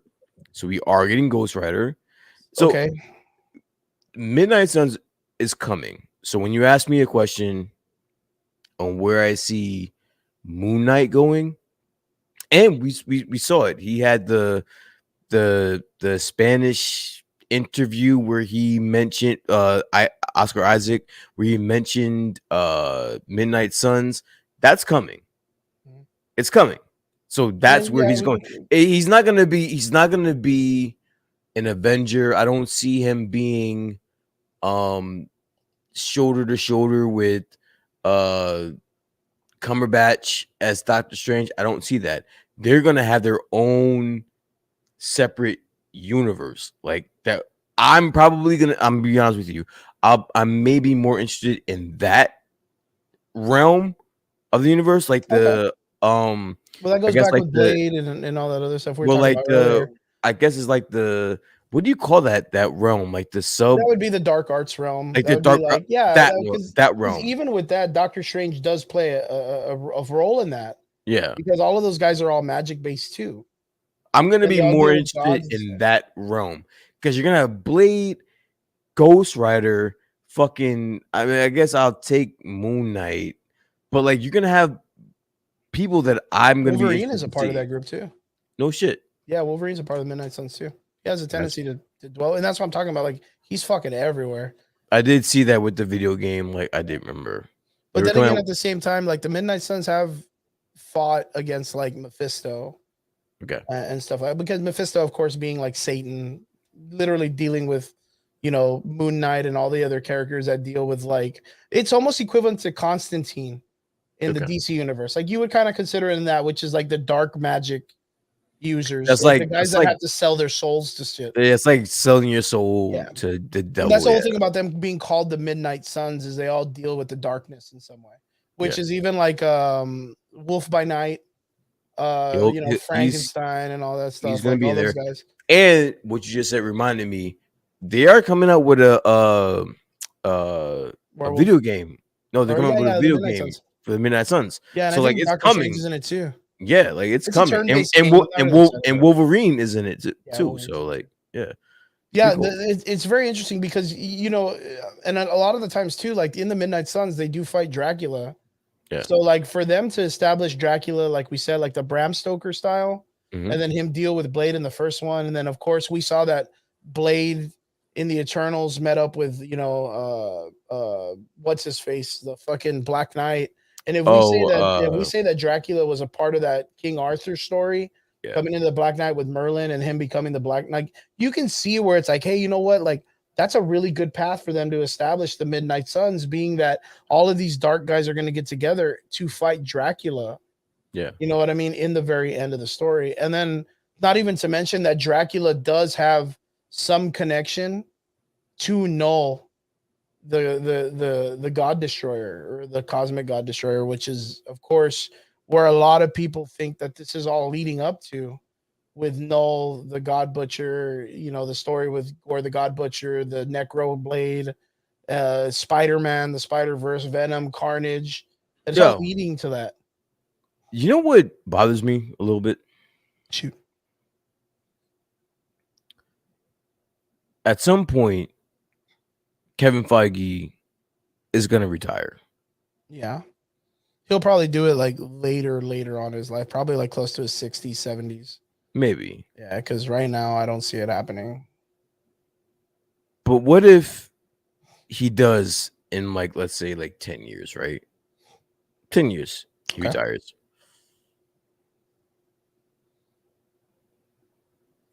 Do you think that there's going to be a world where the MCU is going to be still as dominant? Like, no. I guess my real question is, how much faith do you have in Kevin Feige moving forward? I say Marvel until we're 60, our age, and then it starts to get reboot.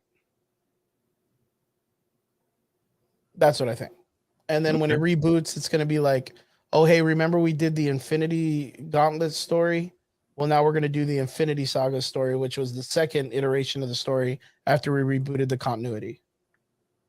So they'll just do another variation of it that was like, a whatnot. They'll fix the problems that they didn't get to do in the originals. It kind of like bothers me thinking like, I don't even know, like if I even should be saying this out loud, but like the way my brain works is like, God forbid something happened to Kevin Feige. Like, they still have everything planned out, dude. You think so? Yeah, I mean, they're not gonna think of all the webbing that they have. You know, using that as a word. Think of all the webbing that they've had over the last, like I just said, like I have the paper right here, and I'll show it to you when we're done, where it says, I'll put in the chat on the bottom. It's That's redacted. cool. I mean, you could have a blueprint, but you still got Yeah, to well, it's execute. redacted, and it You says have to. You how still they have to want to execute be it. used. They deny certain wishes. Mephisto has proposed that a billion sentient, universally linked will could overcome this problem, and that the cubes could be as powerful as the Infinity Stones or Infinity Did you? Gems. Did you? You wrote that right now? No, that's from the Shield Helicarrier Strategic Homeland Intervention Enforcement Logistic Design Subject Level 7 Tesseract. My And bad. it's a paper that was given in the Phase 1 box set. Do you remember that big ass box set that they gave? That was Okay. like that looked like the Tesseract box, and it was like a big DVD collection. Okay. Well, it came with a bunch of like special paperwork and files and all this stuff. And one of the files has a redacted lettering on the bottom, and when the guy broke down the redacted lettering, that's what's in the redacted lettering. Gotcha. So, and it mentions Mephisto talking about how a person with a mind that connected to a million, like the way, you know, the genius that Thanos is. So they were already planning this in Phase 1. And then here we are, Phase 4. We got WandaVision a couple years ago, and everyone was uptight about, whoa, we're gonna get Mephisto as a villain. He's a cool villain. They had already planned that, like that idea of him being a villain, and it just got cut. And they were like, nah, scrap it. We'll save him for later.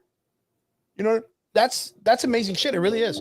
It really is that even from the very beginning, I was telling people about the Jane Foster storyline when in Thor 2, when they said they broke up, but they were still giving reference to Jane Foster. Mm-hmm. You know what I mean? Like they have, there's some the Wakanda reference in Avengers 2. You know what I mean? Wakanada. I still love that when he's like Wakanada. What's Wakanada? And they're like, oh, Wakanda. And then not only that, to reference Atlantis in the first the Avengers movie, when they're looking at they're looking at a map of the world and they see like a thing that happened in the ocean, and a lot of people's like, oh, Atlantis or Wakanda. Yeah. There's all these different references throughout all the different, the Illuminati and the phone.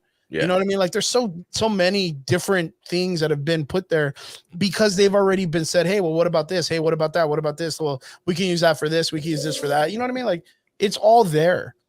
And they're not going to go off and make films if they don't have it connected to something already in the future. Mm-hmm. That's what I believe. So they already have the next 20, 30 years planned out. They may not be in detail, but they have it planned out. I straight up have it planned out. But yes, going back, Moon Knight recap, Phase 1. Yes. I think Oscar Isaac adding him to the Marvel universe is an amazing job. I think he did an excellent job portraying the Stephen Grant character, which is one of the 3 iterations of Moon Knight. I think he did an amazing job. I am excited to see what they're going to do. Like I said, the first episode, so many jumps and so many hoops that they were jumping through. Super funny character. Oscar Isaac hitting all his comedy humor marks.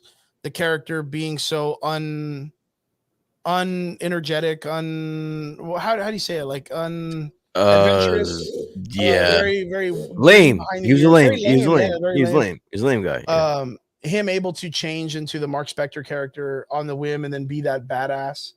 Like, I'm really hoping that the way that they do the next episode is it's an entire episode doing the opposite, where they're showing you like 80% Mark Spector and then him, the reason why he falls back to Stephen Grant's character, like why he wakes up that way. Because I'm assuming that during like the action sequences, he gets caught or he gets hit or he gets knocked out, and then Stephen wakes up.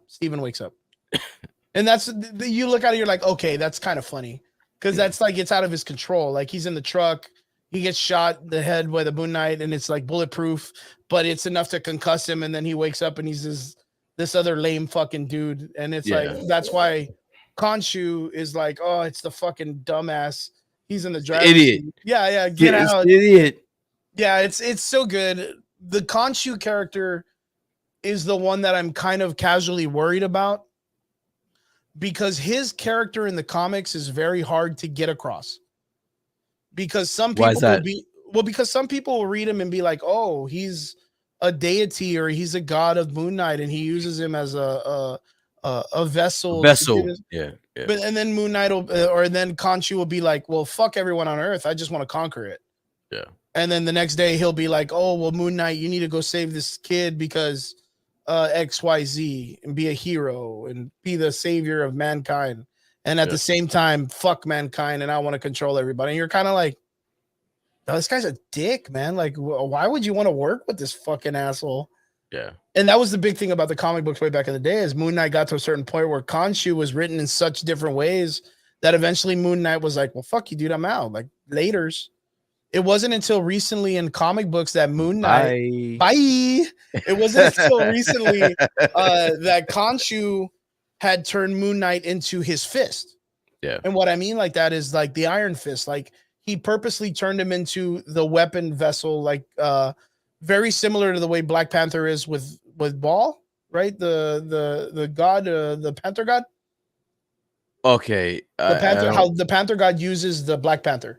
Yeah. Where it's his vessel, but it's his weapon to do his will. Yeah. That's the same thing as Khonshu, but Khonshu's a dick. Like that's literally like he's the god of being a dick. Like I don't even know how to explain it in any other ways. It wasn't until recent times that the character ended up being more of a, hey, I need you to do this, I need you to do this, I need you to do this. Go do it, my servant. And he's like, bet, let's go. Which is when, of course, in the last like year and a half, Moon Knight literally tanked all the Avengers. Really? And took all their Wait, no, I think I told you about that shit. And the reason why they're doing it is just to build his character so the show will get more people to go want to read comic books or whatnot. But I mean it's what they always do. It's probably what the same thing they're gonna do with Miss Marvel's character in comic books recently. It's gonna be the same thing with Doctor Strange. Yeah. But like I said, the idea and the cinematography for the series is very good. I really, really like it. And like Vince said, this is a great redemption for him from the Apocalypse character. Mm-hmm. It's a great thing to see Oscar Wilde come out as this character. I think he'll bring a lot of people to bring this character back to life because recently in comic books, of course, he hasn't been all that great. And back in the day, he wasn't all that great either. I think this is a really good way to rejuvenate the character. We'll just have to see where the series goes with him. But then, like you said, if it's going to reach into the Midnight Suns, this is something to be pretty excited for. Because right now, if the television series looks this great, you can imagine him in the films. Like literally, Moon Knight is supposed to be the Batman of this group. So he'll be going around doing some Bruce Wayne Batman-esque shit, but then he'll at the same time be talking shit like Deadpool. It's the easiest way to explain it. The easiest way to explain it. How do you feel about it? Honestly, I gotta wait to see what plays out because the first episode was, I guess, kind of cool. Again, like I have a really big issue with the fact that there's so much action and we don't see any. Like, come on, bro. Yeah. No, I 100% agree. I feel like it's kind of lackluster. Like, do you understand like how more amped I would have been to come on here to talk about it if I would have just seen him kick somebody's ass? I mean, even if he would have like maybe not a whole fight scene, but him do something like that car chase. Cool. That car chase was funny. That was a perfect way to get it across. Even if you didn't give me any more fights, if you just gave me like a dope in and out consciousness in that car scene, that car chase scene, dude. Yo, I'll tell you what. You know how like in the restroom scene when he's fighting that thing or whatever? Yeah. If he would have like yanked it in and did like a cool ass like flip to knock it out, I would have been like, that might have sufficed. Yeah, that might have been good, but we didn't. You know what I mean, though, right? Like a badass, flip, at least like one move, badass something, right? One move. We didn't even get that, bro. Yeah, we didn't get that, and I feel that. I feel that 100%. I was kind of like, bro, he's just gonna walk to the screen, like that's it. Like he just changed. Like give me something, like have him throw something or. Fucking fly off, or I don't know. Like, don't just get him. Man, come on. Like, don't do that to me. Like, literally, don't do that to me. Like, don't get me all amped for some shit Like you got me amped for him being surrounded by like 6 guys. And then blacks out. And then Just a blackout, and then now all 6 guys are dead. Maybe they just didn't want to show him hitting a woman or whatever. All right, that's cool. Now he's he's in a car scene. He's got 2 cars, heavily ammunition, and they're firing at me, and he blacks out. And he hits that dude with a cupcake, man. That's some action. Hit him with a cupcake. The guy is slumped. The guy is slumped in the back in the back of the shit with a bullet in his head. Now you kick him out, and now he falls out the shit. Now 1 car is gone. Now you got another car. Oh, guess what? He's fading out again. Now the other car is gone. All right, dude, what are we doing here, bro? Even that part where, like, at the end when he's like, "Bro, let me take over. I'll save us." And he did. And he did. And I was like, okay, cool. Like, it's great. Show me. Yeah, dude. Yeah, that's the way I was. I was like, oh, dude, he's gonna give it to him. Like, he's gonna let him take the vessel, and he's gonna do some shit. And nothing, man. I was like, damn it. So that's why I'm hoping that in the next episode, that the reason why they did the whole "let me take over" is because the next episode is gonna be dedicated to the Mark Spector character. I hope so. I really do. Because if we don't get that, like, in the next episode, I'm gonna be really falling for the idea that this is gonna fall for the whole, like, let's wait it out. I honestly think it's a really bad thing for them, the fact that they already released 4 out of the 6 episodes, and people are saying that it's not good. Yeesh. You see, that's because, like, when I heard the original ones, a lot of people were saying that it's probably like the best thing that's come out, like, since WandaVision. And I was like, well, I mean, that was the last show, guys. Come on. Like, what are you talking about? Like, shit.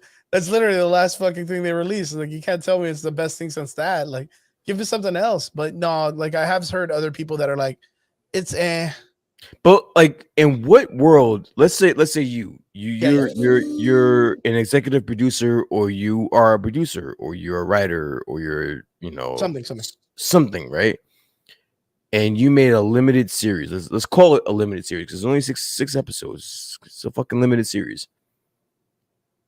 Why the fuck would you give 4 of the 6 episodes to critics? Like 6 weeks, mind you, 6 weeks before they see the 4th episode. Yeah, of course. The reason why I would do that was either a really big cameo coming in the last 2 episodes. That's the only reason why. But I can't really, off the top of my head, think of any cameo that would come out in a Moon Knight series. Yeah. Like, other than it'd be like Blade or Black Knight or something. Because what if it's not good? No, yeah, I mean, yeah. What if it's not good? What if the last 2 episodes are pulled because it's going to do a boba? You know what I mean? No, I 100% agree. And this goes off of the idea of me saying before, like, why do we need a Moon Knight series? Like, so why was this so important in the first place? Because, like I said, the comic book, for what it's worth, has a small handful of fans, and they love him.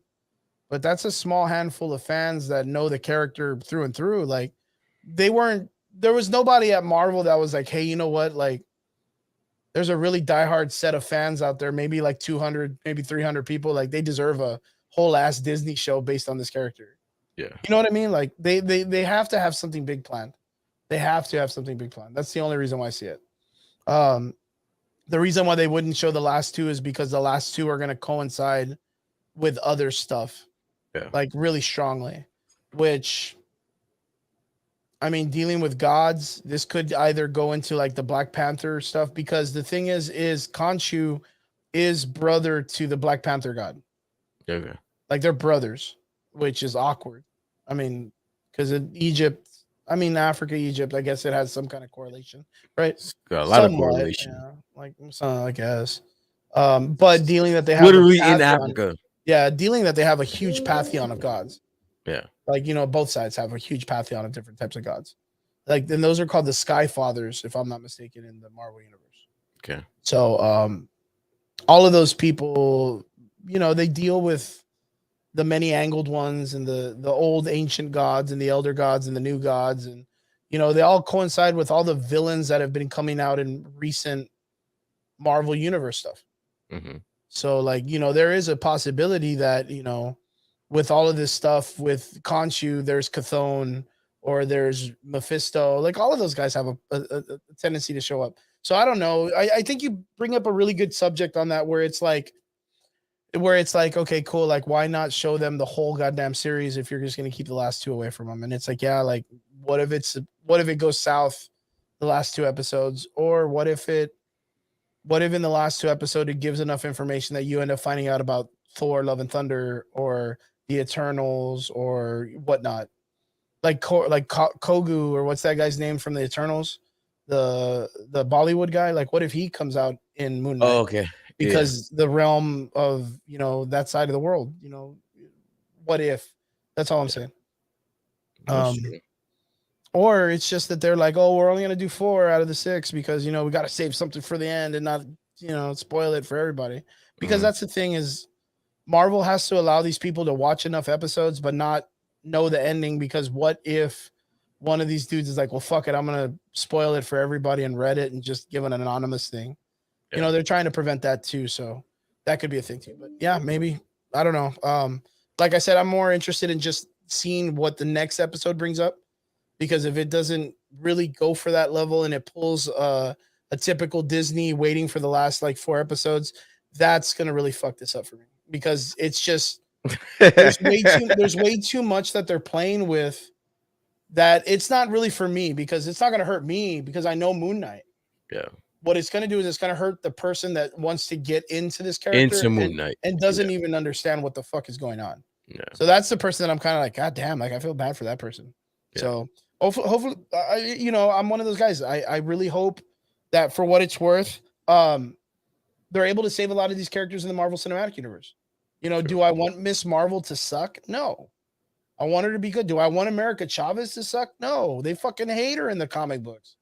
I want them to have some success. I want more comic book readers. I want people to jump into the comic books. And then when they go there and they see the debacle that they've done with these characters, I want people to be like, hey, you know what? Like, fix these fucking characters, like fix them and do good by them. And then it fucking forces the comic book industry to write better. Of course. Or it creates people to get out there and do better jobs. And maybe some of these people that like the MCU become comic book writers themselves. Yeah. That's what I'm hoping for. And, it's slim pickings, bro. Slim pickings. Let's just hope for a bunch of Ezra Millers, dude. Hey guys. So 6 out of 10 first episode. Really excited for the next one. Real quick, before we jump into it, of course, we have our music choices that we want to talk about. Yes. How are you liking Attack on Titan before we come out? Because for sure, when the season ends, I need to have a discussion with you about the entire. All right, we need a whole episode of just based on it, because it's been good. I'll be ready by the time this is all said and done. I just honestly, I'm having a really hard. Anybody that I ever talked to about Attack on Titan, they're so pro Eren. I'm just having a really hard time being on board with that. What do you mean pro Eren? I don't. What do you mean? Like, there a lot of people. A lot of people like pro Eren. Oof. Like there's a lot of pro Erens around me in my life. Yeah. I didn't even realize that ain't good. I didn't even realize that they were like around. But there's so many other characters that you could be pro before Eren. Like Eren's cool. Like when he turns into a Titan, all right, I guess he's the man. I got it. But as a human, who's fucking with Levi? Let's just call it a spade. Like, who's fucking with Levi, bro? Like who's on Team Levi? Mind you, no spoilers. I haven't finished. Yeah, I'm not caught up. I'm not caught up. I'm not caught up. But Levi is the fucking man, bro. Yeah, dude, he's a G, man. He's the fucking through man. And through. It's like we were talking about the last time about Erwin. Like, there's a reason why Erwin chose him. Yeah. Like, he's good at being a leader, but Erwin himself, dude, like, Erwin was cool. Yeah. I didn't like Erwin. I didn't like the way he just like ran into like the boulders from the fucking monkey throwing the fucking shit at him. I don't like that. Yeah. But Levi, he's cool. Pardon me. You're good. I don't like how Eren talks shit to fucking Mikasa just because you're there. Oh yeah, dude. I'm there, bro. I don't like that. That hurt, man. Do you know how many people wanted to put their foot in fucking Eren's ass and didn't because of fucking Mikasa, bro? Yep. Like, how dare you? How dare you? No, I get you. Oh yeah. Talk to my Mikasa like that. Yeah. Armin, you could talk to. You could talk. Yeah, you beat the shit out of him all day. I don't give a fuck. Punch him back, that dude. I don't give a shit. Punching bag that dude. Mikasa, watch your fucking mouth, bro. It's my girl, man. My dream match is Mikasa versus Levi, bro. That's my dream match, bro. Ooh, that's a good call. That's a hell of a call, man. See that, bro. Good shit. I'm really excited that you're really liking the show. I'm like you. I cannot wait for the show to end. I know that we got maybe a couple more weeks, maybe a couple more days for this thing to come to an end. I'm really excited. I'm really excited for you to finish it. So that way we can have an entire episode talking about the entire storyline. So glad that you took my advice and watched it and got into it. I'm happy that you dug it. I'm really excited to see what comes from that. Guys, have you seen Attack on Titan? What episode are you caught up on? Guys, have you seen Morbius? Have you fucking seen Moon Knight? Did you watch Will Smith slap the shit out of Chris Rock? Are you still a fan of Ezra Miller? Are like we want to know, guys. Let us know what's up, guys. Next week, hopefully, we get the opportunity to catch up with Morbius, and we're gonna do a proper review next week. Hopefully, you guys get the opportunity to see it. If not, we're gonna catch you up so you don't have to put yourself through that kind of torture. And make sure you see episode 2 of Moon Knight, guys. We appreciate every one of you.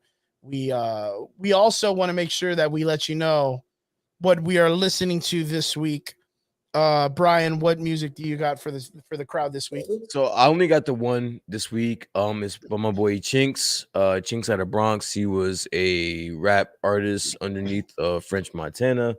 The song On Your Body with Meat Sims. I promise you, even if you don't like rap, this is one of those songs you just put on and vibe to. That's my shit. That's my song. Good shit. I'm gonna copy that right now and put that down. Because I gotta watch that shit in a little bit. For me, I got 3 because I usually pop the 3 down. Yep. First one is going to be, of course, Victor Borba, who is a cover artist. He does a lot of anime covers. He did the Rumbling, the full edition of the Rumbling, which is season 4 for Attack on Titan song, which is a pretty badass fucking metal song, and it's really good. All the lyrics coincide with the series. If you haven't, of course, caught up to the recent episodes, try not to watch it. It might be a little bit of a spoiler, but it is a good watch. The band The Sims is a Japanese heavy metal band that does the original one. They do an amazing job, but Victor Borba is amazing with his lyrics. If you guys go check it out. My second song that I chose was Sean James Flow. Sean James is a dude that I respect the shit out of. He makes a gothic country guy. Very crossroads kind of dude. He wrote this song when he found out his sister has cancer, and he wrote this song. It's called Flow, which is flowing like a river. It's a really, really great song. And the third one, of course, is a old school but favorite, not too old. Came with a Coheed. You came with a Coheed song, bro. Coheed and Camry, Welcome Home. My best friend is a huge Coheed fan, bro. And Coheed and Camry's good, man. Dude, the only thing is, like, Welcome Home is like it starts off really epic, and then the guy's voice comes in, and his voice is so high pitched that it like I lose total interest in the song. But the fucking guitar riff is amazing. Welcome Home is a great song. Those are the 3 bangers that I got for this week, guys. Don't forget. How do you say the guy's name? Chinks? Yes, Chinks. Right? Chinks, yes. On Your Body featuring Meat Sims. Yeah. Guys, go check that out. That's Brian's. Good call. I'm gonna check that out actually right now. I got the video. Baby making music right there, baby. Nice. Guys, again, we appreciate every one of you. Thank you guys for showing up on the show. We hope you guys have a great weekend. And hit us up again next Friday. We'll be here. Again, we're gonna catch up with Morbius and tell you guys about it next week. Guys, if you have anything else you want us to check out, if you have anything out during the week that you guys want us to see, let us know. And enjoy your weekend. Enjoy WrestleMania if you're going to check that shit out. And we will see you guys again next Friday here on the Average Boys Podcast. To all our extraordinary listeners, thank you guys very much. We'll see you guys again next week. Laters. Peace.